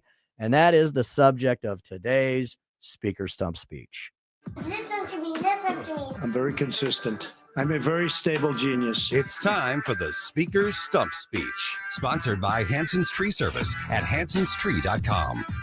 Today's title, once again, is Revealing the Receipts. Yeah, you know, Democrats have largely used the Epstein scandal, just like I quickly jotted down a few other scandals that never came to anything, despite all the hyperventilating and the breathlessness and the promises that we're going to get Trump or so-and-so. Remember, it's only an hour show. I know. I got to wrap it up here pretty quickly here. Russian collusion. You remember that journey? 3 years of beady eye Adam Schiff going on TV and telling us that he's got the goods. Don't you remember that, folks? He said night after night that he's going to get Donald Trump, that he had the smoking gun. Well, the only smoke was apparently between his ears, and it never materialized into anything. Their great hero, the guy who was going to write the report on Russian collusion, ended up as I remember the day that came out, we were all sitting there breathlessly watching the TV. When Mueller released the report, it was a complete and utter dud. There was never anything there, and there was never going to be anything there. It was a political tactic. Same with the whole Ukrainian quid pro quo phone call that Trump had with Zelensky, where Trump was actually trying to figure out what in the world Joe Biden and his family were doing with Russian oligarchs and with Ukrainian mob bosses and with Chinese diplomats and so on and so forth. Did you notice over the weekend the story that came out where they talked about all the settlements that Donald Trump has reached with all the people who have smeared his name? Did you know he's up to $95 million in legal settlements from various sources? Look, as a former recovering lawyer, I know there's a lot of reasons to settle a lawsuit, but one of them is so you get out while the getting's good and you don't end up getting completely hammered in court because you did something wrong. $95 million. Folks, that's not just nuisance value. That's not chump change. I think there was a lot of fire where all that smoke was. And finally, who could forget the resistance of lawfare and lawsuits and BS that was concocted every single night and shoved down our throats? Resistance was futile. Big news story update. Look, I thought Senator Talent really clearly laid out why you couldn't just just unilaterally, ham-fistedly say, okay, here's all the Epstein documents. There's a lot of dangerous stuff in those documents that we need to protect as far as victims and horrifically sordid details. There's a lot of reputations that I'm talking about the victims here. Some of these victims are still very, very much alive and with us. And I'll bet you that they probably don't want the Epstein files released, at least not in their totality. So what the Democrats have done is say, you got to release all of them right now, yesterday. Well, then why didn't they do it when they had full control of the government? You know that if there was something absolutely damaging about Donald Trump or any other major Republican, Joe Biden and Kamala Harris would have absolutely released those during the 4 years that they had the top clearances and knew exactly what was in those files. I think that the Democrats simply want to use this as a political cudgel, and when nothing else comes out about them, they'll just do what they always do. They'll just whistle on past the graveyard and act like it never happened. Finally, just a few reminders as to some of by the way, I think there's some Americans who actually think that none of the Epstein files have come out. There has been tens of thousands of pages already released. I guess that I can't believe there's that much information about this guy, but apparently there's a couple more tractor trailers out there. But from the Epstein files, which have been released, what do we know? Well, we know that Delegate Stacey Plaskett from the U.S. Virgin Islands solicited and was given $30,000 from Epstein for the DCCC after he was a convicted sex offender, and that Plaskett herself accepted maxed out donations from Epstein for her own campaign. Democrats don't talk about that much these days, do they? How about the fact that former President Bill Clinton, now I know some people know about this, but I don't know if people actually remember the details. President Bill Clinton traveled on Epstein's plane, the Lolita Express, that's what it was called, 26 times. I doubt all of those were trips to Disney World. One of Epstein's victims wrote down in black and white that she saw Clinton on Epstein's island with two young women, and that that Clinton's visit to the island was corroborated by his former top aides. Don't hear much about that these days, do you? How about the fact that Democrats refused to discuss the fact that there was a long relationship and a storied friendship between Larry Summers, ex-Harvard president, Clinton Treasury Secretary, prominent Democrat, who had a close relationship with Epstein, who described himself in his own words, Summers used his own words, as Epstein's wingman. Why aren't Democrats talking about that? How about the fact that Democrat so-called journalist Katie Couric had dinner herself at Epstein's residence after he was already a convicted sex offender who served jail time? Look, if the Democrats want to play this game of knowledge equals guilt, then they're going to have to do that with people on their side of the aisle as well. Finally, and I think this is maybe what this is really all about, I don't know that there was necessarily anything horrific about Trump, but I wonder if Trump was protecting people on both sides of the aisle who maybe he didn't want to necessarily throw under the bus, like donors and other such folks like Reid Hoffman, billionaire Democrat mega donor who visited Epstein's island many times, attended dinners with him, and planned to stay at his New York mansion. I could go on and on and on because a multitude of Epstein files have already been leaked. But if you were to listen to the Democrats, you would think that nothing had come out. And if we can only get this next batch, then we'll finally get Trump. This has nothing to do with getting Trump. It has to do with the fact that Democrats don't have any good ideas these days. And so the only thing they can do is continue to suffer through their Trump derangement syndrome. And that's the Speaker's stump speech for today. You know, one of the emails that the Democrats released over the weekend, one of the selected emails, was an email from Epstein saying that Bill Clinton never visited his island once. That's an Epstein email, but I don't know if I necessarily believe that, because Epstein had kind of a weird fetish with Donald Trump. Remember the picture they found in his home where Bill Clinton had on like some pumps and was sitting in a chair, and it was like a weird painting. So I don't know if I necessarily believe that. Maybe he sent that email to try to cover for Bill Clinton. I don't know. But yeah, Bill Clinton, they cited that email. The Democrats cited that email. It was all over the weekend, them talking about that. I think what we're going to learn from this final batch of documents when it comes out is that this whole thing was a sad, sordid tale. There was a lot of tragedy involved. Yeah. A lot of young ladies were hurt in the process, and that Donald Trump had little or nothing to do directly with it. I think that's going to be the ultimate conclusion. And then the Democrats will move on to something else, and they'll act like this whole episode never occurred. Unless they win control of the House, and then it'll be an endless investigation. Well, they'll impeach him again. Yeah. They're going to impeach him again. Or they'll be doing all type of investigations forever if they get control of the House or the Senate. And if Donald Trump doesn't figure out how to run again in 2028, then they will have to move on and hate somebody else, I guess, after that. All right, we're going to next speak with Susie Moore. Trump sparks buzz. Talks with Maduro of Venezuela may be coming. And what the heck's going on in Mexico City? There were over 100 police officers injured during a breach at the National Palace. Is that going to be the next major hotspot in our hemisphere? We'll discuss all that and more with Susie Moore of Red State next. 1019 94.1 News Talk STL.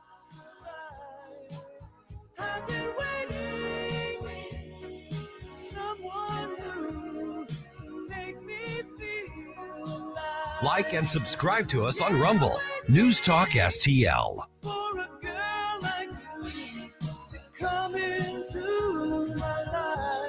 From the Michaels Flooring Outlet Weather Center. I'm First Alert 4 Chief Meteorologist Steve Templeton. We have a chance for a few thunderstorms this evening and overnight. They're going to be isolated and brief, but they could contain some hail, mostly small hail, but something to watch out for this evening and overnight with a low down to 50 degrees. Then 71 for the high for Tuesday. There's a chance for some new storms in the afternoon, mainly east of St. Louis. They could produce hail or even an isolated brief tornado. So we made it a First Alert weather day focused east of St. Louis for Tuesday afternoon. We'll watch for any isolated strong storms to develop with that high of 71. Then mostly cloudy and dry Wednesday with a high of 60. That's the latest from the First Alert 4 Weather Center. I'm Chief Meteorologist Steve Templeton. So many ways to listen to News Talk STL. Enable our Alexa skill. Hello. Hey, Alexa. Yes, I'm listening. Play News Talk STL. Welcome to News Talk STL, conservative talk radio for St. Louis. Hey, I tell you all the time, I don't need a bank with a skyscraper in New York or a call center overseas. I need a bank that knows St. Louis streets, St. Louis families, and St. Louis dreams. That's what Royal Banks delivers. Real community banking backed by decades of trust and local commitment. Because at the end of the day, banking isn't just about dollars. It's about relationship. It's about sitting across from someone who understands our community because they're part of it. Someone who doesn't just see an account. They see your goals, your business, your family, and your future. That's why I've been banking with Royal Banks of Missouri for over 20 years. Royal Banks, they've been serving our region for more than 60 years. And they just reaffirmed that commitment with a brand new headquarters in University City, right at Olive and McKnight, bringing their home base back to where it all began. And they're not just rooted here, they're thriving here. In September, Royal Banks was named the 23rd fastest growing private company in St. Louis and the fastest growing bank at the 2025 St. Louis Business Journal Fast 50 Awards. 16 locations across St. Louis, St. Charles, Illinois, and Northeast Missouri. Still locally owned, still independent, still community strong. Tomorrow, me and the gang will be at the Royal Banks of Missouri 2025 Economic Summit Forecast Breakfast. That's going to be out at the factory in St. Charles County. Or in Chesterfield, excuse me. I think that you can still RSVP for that. You can go to royalbanksofmo.com if you'd like to attend that breakfast. royalbanksofmo.com. Royal Banks, Missouri, member FDIC, equal housing lender. Remember those magical moments in Mom's kitchen? The heavenly aroma of fresh baked cookies? At Trolley Stop Bakery in Chesterfield's Forum Shopping Center, our co-op of talented bakers has been perfecting that homemade magic for 4 decades. From the gooeyest cookies in town to custom pies, cobblers, and cakes, everything's made from scratch, just like Mom and Grandma's recipes. Need that perfect corporate gift? We ship our famous cookies nationwide. The Trolley Stop Bakery, 67 Forum Shopping Center, or TrolleyStopBakery.com. Because some traditions are too sweet not to share. Hey, it's Susie Moore. If new flooring makes you think hassle, think again, because Michaels Flooring is changing the game. For over 30 years, Michaels has been locally owned and trusted for quality, variety, and amazing service. Whether it's carpet, hardwood, laminate, luxury vinyl, or ceramic tile, their expert team makes installing new floors exciting, not stressful. That's why customers keep coming back. Visit Michael's Flooring at St. Peter's, Starting Prairie, Creve Coeur, or online at igotfloored.com. That's igotfloored.com.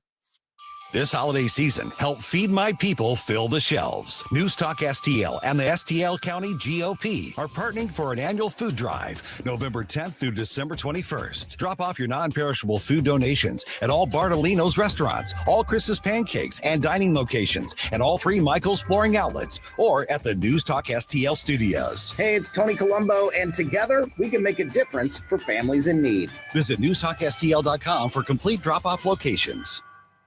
Concerned about the condition of your windows driving up your energy bills?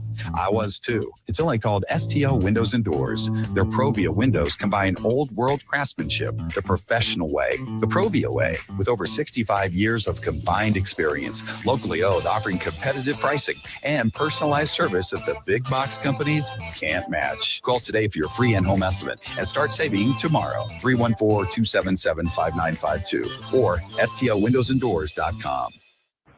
This Susie Moore segment brought to you by Harpo's Bar and Grill in Chesterfield.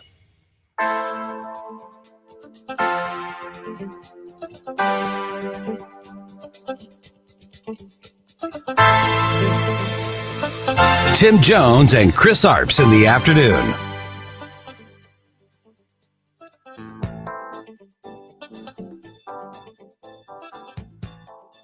Update on Venezuela, Mr. President? On Venezuela, update? No update. We may be having some discussions with Maduro, and we'll see how that turns out. They would like to talk. Let me start over. The co-host of the Mike Ferguson in the Morning Show and the deputy managing editor at Red State, our own Susie Moore, has written about that issue and more. Let's bring her in now and next. Oh, Susie Q, baby, I love you. Susie Q. I'm the boss. How about that? How about that? Indeed. Susie Moore, deputy managing editor of RedState.com, host of Red State Radio, co-host of the Mike Ferguson in the Morning Show, joins us once again to round out our fantastic Manic Monday lineup. Susie, Trump sparks buzz, you say. Talks with Maduro may be coming. Bring our audience, Susie, up to speed with what's going on with the Venezuelan dictator and the United States of America. Yeah, there's a lot going on with Venezuela. And actually, I think over the weekend, there were some kind of calls from Maduro indicating that he wanted there to be talks. And Trump's comments last night were kind of the first time where he indicated that there might be something that they would have to talk about. But at the same time, the administration announced that it's getting ready to label one of the preeminent cartels from Venezuela a foreign terrorist organization. And they've really been sort of tightening the screws, both with the moving of their military assets to that area. And so it kind of seems like maybe, they're putting enough pressure, they're bringing enough pressure to bear that they think Maduro may be pliable, if you will. Susie, you've got an article about judge's order compelling DOJ to disclose grand jury materials in the Comey case. Former U.S. Assistant Attorney for the Southern District of New York, Andrew McCarthy, who was a National Review columnist, he's also a Fox News contributor. He had an article over the weekend saying that he was pretty sure that the cases against Comey and Letitia James are probably going to be thrown out. Your thoughts on that? Well, he's a subject matter expert, and I respect Andy McCarthy. I think sometimes his opinions are shaded a little bit more by some residual never Trumpiness. I agree. But the same could be said of me in reverse. I obviously am a supporter of President Trump, but not blindly so. I think that there probably there's a legitimate argument that could happen. This ruling that we saw today in the Comey case comes from the magistrate judge that's overseeing some of the preliminary procedural disputes in the case against Comey. And he pretty much took the DOJ to task. Now, you remember they were up against a tight deadline on trying to get an indictment against Comey before the statute of limitations expired, because the statements upon which the indictment is based were from September of 2020. And this newly appointed interim U.S. attorney in the Eastern District of Virginia, Lindsay Halligan, who doesn't have a lot of experience in this area is the one who did secure the indictments in the grand jury. And there's some questions about whether or not all the I's were dotted and all the T's were crossed, and whether or not there was some evidence that was presented to the grand jury that maybe shouldn't have been. So what's happening now is that Comey's attorneys, as they should, because they are zealously representing their client, are requesting access to those grand jury materials so that they can review and see if they've got any additional bases on which to say, look, this was not brought properly and the case should be dismissed. Susie, on the other hand, that doesn't necessarily mean that the case against Comey will automatically be dismissed and will go away forever and ever. Amen. Right? Because to invalidate an indictment, that's a whole different level and standard, correct? It is. Yeah. I mean, what the judge's ruling today just says you need to let the other side see. You need to show your hand to the other side, basically. Nothing has been ruled on yet, but those motions are before the court. And, that's obviously a jurisdiction that's probably going to be pretty favorable to Comey, and populated by judges who are probably predisposed to sympathizing with him, if you will. So, the DOJ could be on thin ice here. And I don't know enough about, obviously, what specifically was presented, nor was this my area of expertise in terms of practice to be able to say, oh, yeah, they did this right or they did this wrong. I would just say that, that there are some issues that are being rightly raised by Comey's defense attorneys. As they should. Doing their job if they weren't. That doesn't mean that the case is going away. We just are going to have to wait and kind of keep following along and seeing. But the DOJ did get kind of called out by this judge in his order. One other thing that I read about Friday, one of the arguments that Comey's attorneys are making is that this U.S. attorney who was trying the case, her temporary status has expired, that she is not eligible to pursue this case. And the argument that they're using, they're combining her tenure and the person that was there before her, adding their both tenures together and saying that's why she's no longer eligible. I'm not an attorney, but I would think that the clock would restart with another appointment, wouldn't it? With a new appointment. I am an attorney, and I don't know the answer to that. I think that you're raising a very, very valid point. I know that that's one of the issues that they are arguing, and I know that that's going to be considered by the courts. I don't know how that's going to shake out. It's kind of one of those things where, the president is put in a strange position where the Senate isn't approving his people, so he has to appoint somebody on an interim basis, but you can only do so much, with the time that you've been given. So I don't know how that's all going to shake out. Mm-hmm. Susie, I saw an interesting story. It's actually the lead story under the trending topics tab at redstate.com. I don't know if you've had a chance to look at this, edit it, review it at all, know anything about it. But the title really grabbed my attention, and I read the first paragraph or two. Whoops, Schumer's Epstein files answer goes sideways fast, written by your colleague Nick Arama. Do you know what Schumer stepped in relating to Epstein? Seems like anybody who gets anywhere near even that name has trouble. Yeah, I actually do, because I did edit that article.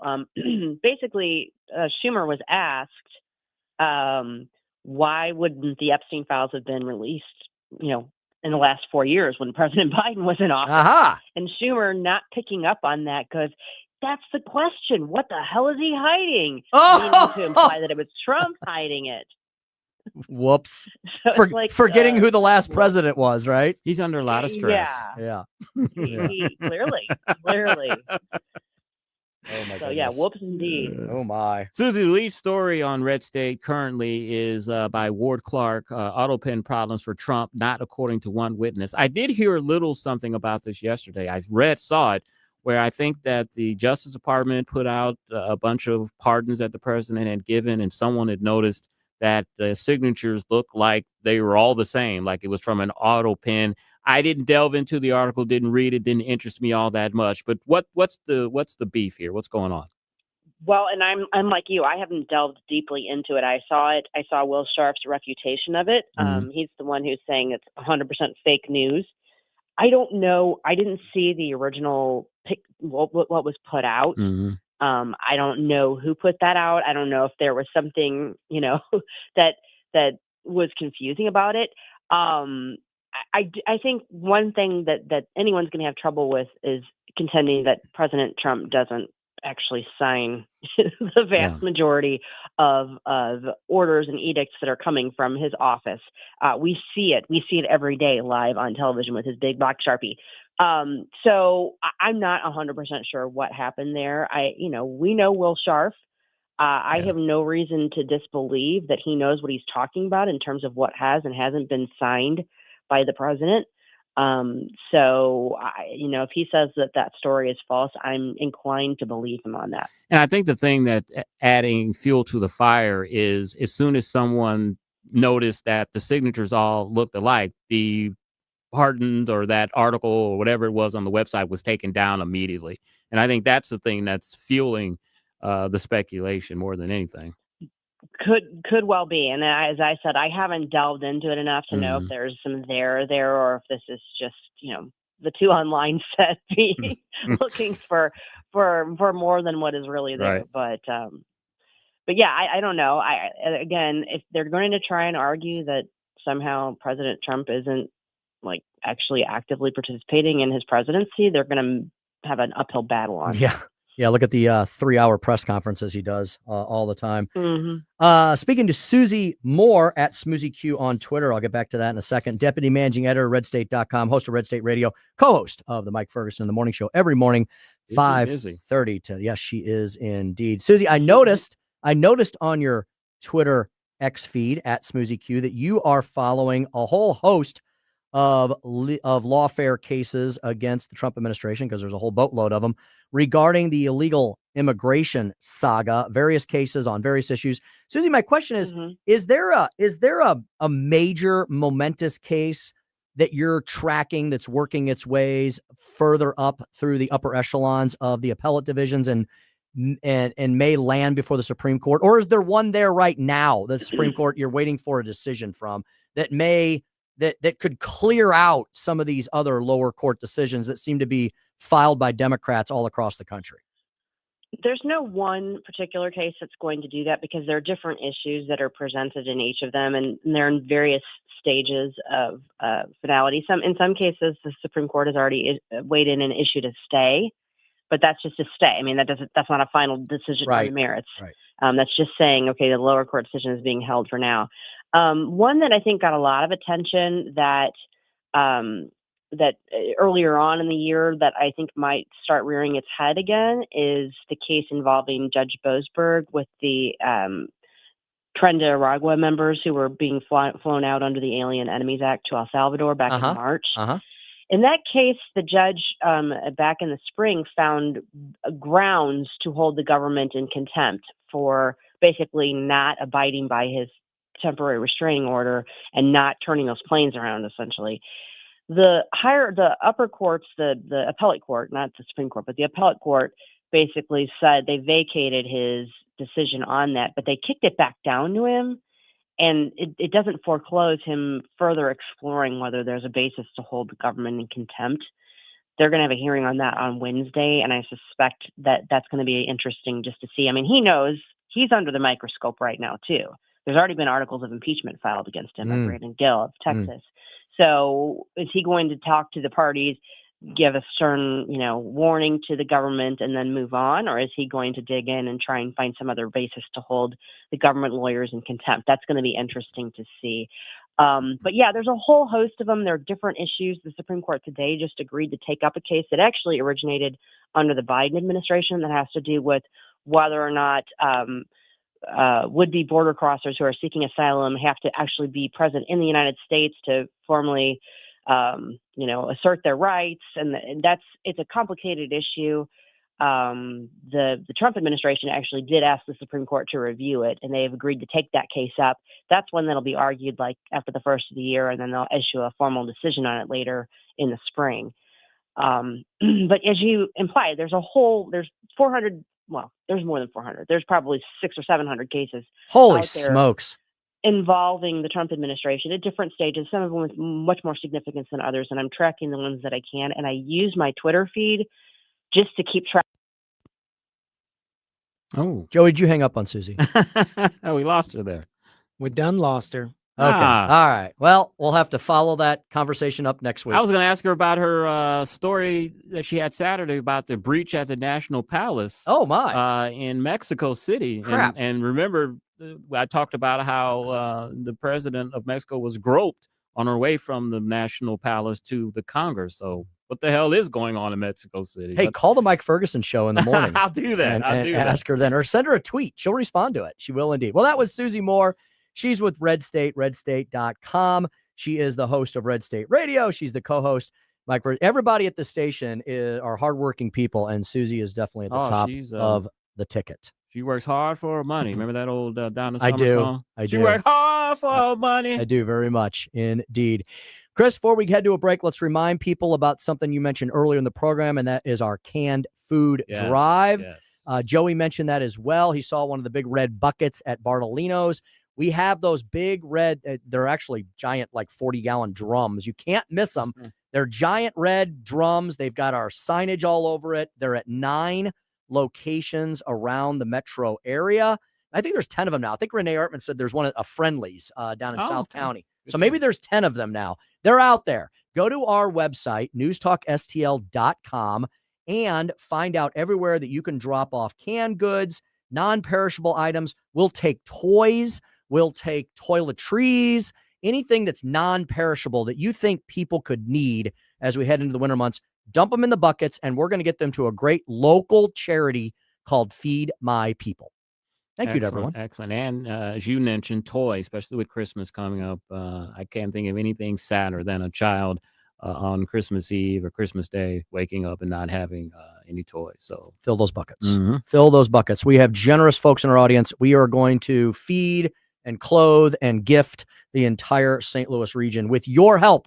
We can't do this all ourselves. We need your help in filling up those buckets all over the St. Louis region. NewsTalkSTL.com is where you can find all the bucket locations. And while you're there, like Joey did, grab a sandwich, grab something to eat, patronize these wonderful advertisers who are willing to do this and help us with this and monitor these buckets. We thank them all very much.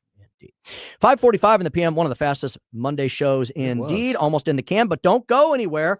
Chris, what do you got coming up after the break? United Kingdom Health Security Agency has identified a significant driver of mental health problems among young people, Tim, and it may surprise you what that is. Oh, baby. I can't wait to hear all the deets on that. When we come back, we'll tell you that, and we'll prepare you for Larry Connors USA. Tim Jones and Chris Arps Show with producer Joey V.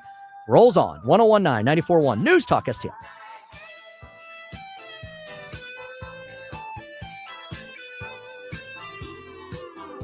Like us on Facebook at News Talk STL. This hour of Jones and Arps is brought to you by Stifel. Contact your Stifel financial advisor at stifel.com. That's STIFEL.com. From the Michaels Flooring Outlet Weather Center. I'm First Alert 4 Chief Meteorologist Steve Templeton. We have a chance for a few thunderstorms this evening and overnight. They're going to be isolated and brief, but they could contain some hail, mostly small hail, but something to watch out for this evening and overnight with a low down to 50 degrees. Then 71 for the high for Tuesday. There's a chance for some new storms in the afternoon, mainly east of St. Louis. They could produce hail or even an isolated brief tornado. So we made it a First Alert weather day focused east of St. Louis for Tuesday afternoon. We'll watch for any isolated strong storms to develop with that high of 71. Then mostly cloudy and dry Wednesday with a high of 60. That's the latest from the First Alert 4 Weather Center. I'm Chief Meteorologist Steve Templeton. News Talk STL. Chris Arps here, and I'm thankful for my relationship with Christ, my wonderful wife, Becky, and the opportunity to speak to the great listeners of News Talk STL. Hey, it's Tony Colombo, and as we approach another holiday season, I am thankful that my family continues to be happy and healthy. Oh, and I'm also glad I don't work for George Soros. News Talk STL, celebrating family and friends this season of Thanksgiving. Brought to you by Candici's, Parlor Donuts, and Amis Italian Restaurant and Pizzeria.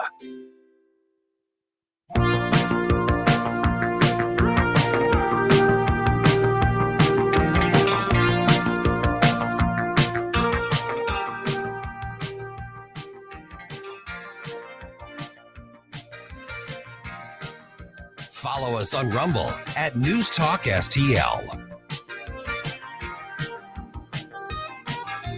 Getting left his home with $1 in his pocket and a head full of dreams.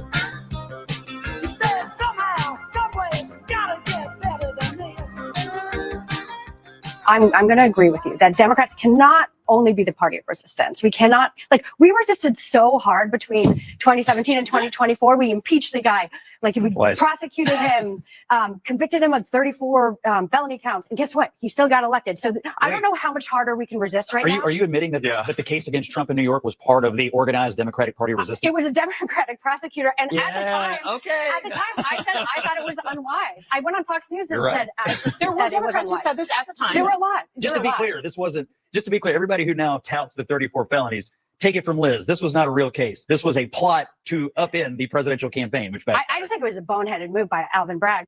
548 on the Tim Jones and Chris Arps show. Boy, how honest they get years after. Amazing. Before, this was a threat to democracy. Trump is the biggest criminal Hitler, after Al Capone. Hitler, and now, pot. Now they admit what most of us already knew, that this was a plot to get him out of the race and not run for president, because they knew running against Joe Biden, he had a pretty good chance of recapturing the White House, and he did. He didn't run against Joe Biden, of course. He ran against Kamala, and really that made it even better for the president. All right, Tim, let's get to the big story here. The United Kingdom Health Security Agency, wow, that's a mouthful, has released a report identifying anxiety about climate change as a significant driver of mental health problems among young people. Yes, folks, stop rolling your eyes while you're driving. You don't want to run off the road.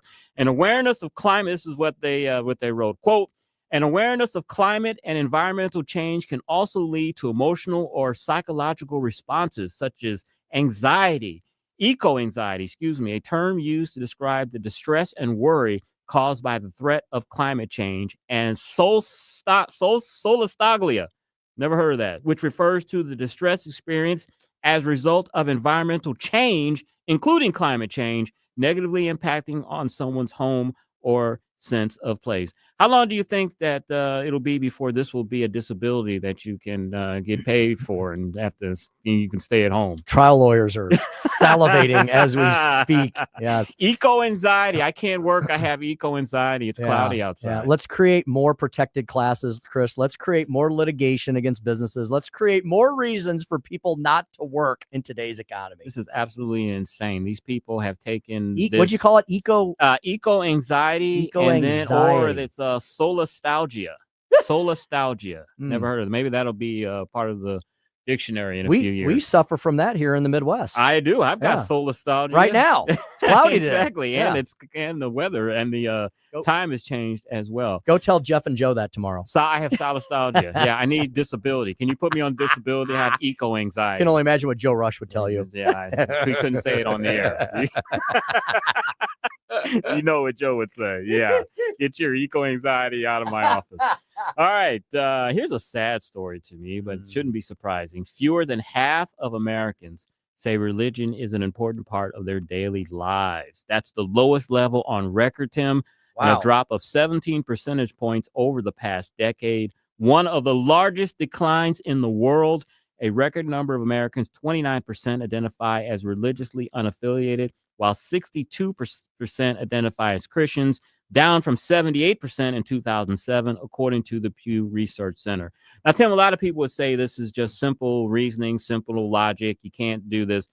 But do you think there is a correlation between Americans being less religiously affiliated and all of the social economic problems that we are having in our country, that when they took saying prayers out of school in the 1960s, that now our schools are absolute hellholes and places where people are going to the restroom and transgender girls are going in there and assaulting them? Can there be any correlation at all, do you think? Absolutely. It's the entire connection, indeed. I mean, I know people don't like to be confronted with this, but the very fact of the matter is our country, whether you like it or not, was established on a Judeo-Christian foundation. And saying that, when we say that, we're called racists and xenophobes, and or you want a theocracy, Islamophobes, and we're totalitarians and despots. There is there's a documentary just started yesterday officially on the American Revolution. Yes, I want to watch that. Ken Burns, even though he's a super lefty, but he makes pretty good documentaries. He's a left-leaning guy, but you know what he can't change, Chris? He can't change the founding documents. That's I mean, true. They put it there. I don't know. See, I know he's a lefty. I wonder if he's just a big lib and maybe he's not a leftist because they put the original words up on the screen where they were scratched out and edited and all that. And it says inalienable rights of, freedom and liberty. And it talks about, God-given and the founding fathers. Some of them were devout Christians. Some of them were just deists. Yes. But they all believed that there was something greater than themselves, than their government, and they wanted to have the people govern themselves. It was really revolutionary. Yeah. That had never been really attempted before. I mean, ancient Greece played around with a little bit. And look, America had its sins and failures, right? We had slaves in the 1700s. Women couldn't vote in the 1700s.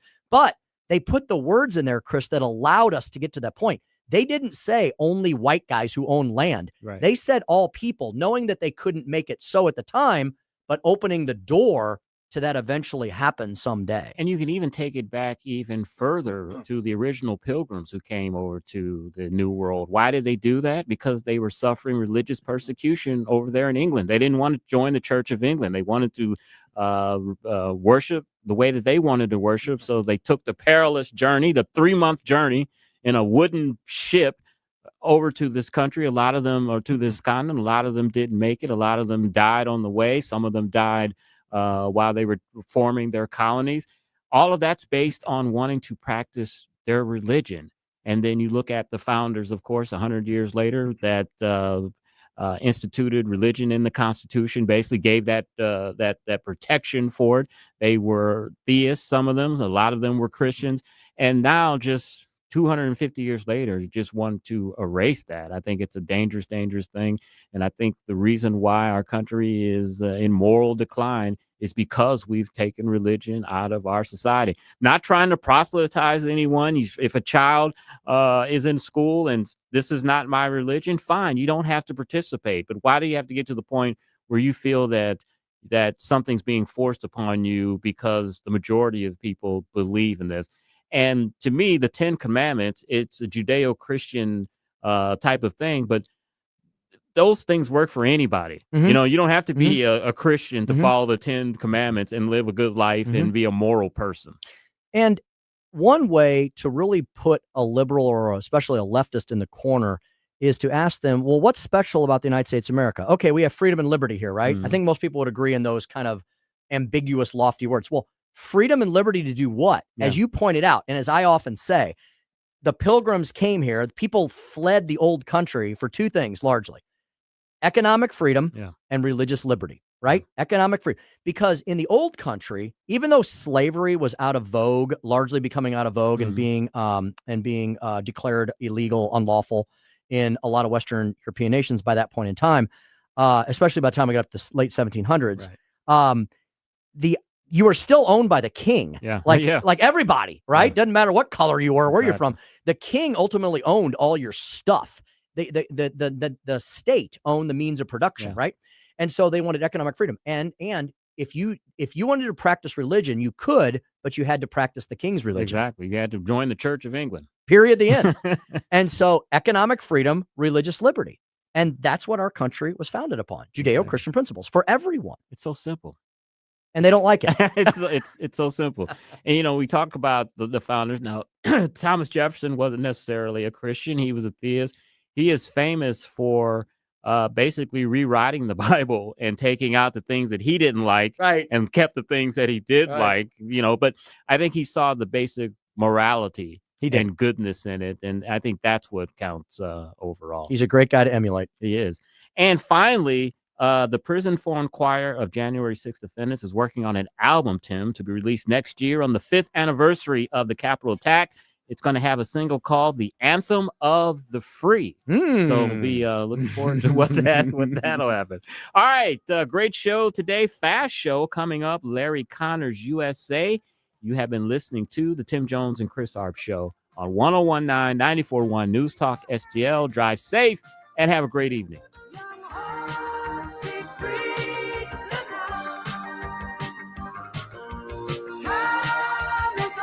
folks, the Clayton Sleep Institute and my friend Dr. Ojal back supporting free common sense conservative radio. ClaytonSleep.com, treating the full range of adult and pediatric sleep disorders from sleep apnea to insomnia, restless leg syndrome, periodic limb movement, and narcolepsy. What an awesome place. New comfy setting for the sleep lab. ClaytonSleep.com, 314-645-5855. Better sleep, better life. Right now, 1 in 4 women in America will have an abortion before age 45. But together, we can save lives. Mike Ferguson from The Morning Show here. Reach Reproductive Health is here to equip parents in crisis situations to choose life. And Reach also empowers them to be parents and to come to Christ. Be a part of it this holiday season. Visit outreachforlife.org to learn more and to support this life-saving work. That's outreachforlife.org. This December 13th, join wreaths across America at Belle Reve Garden Cemetery as we remember the fallen, honor those who serve, and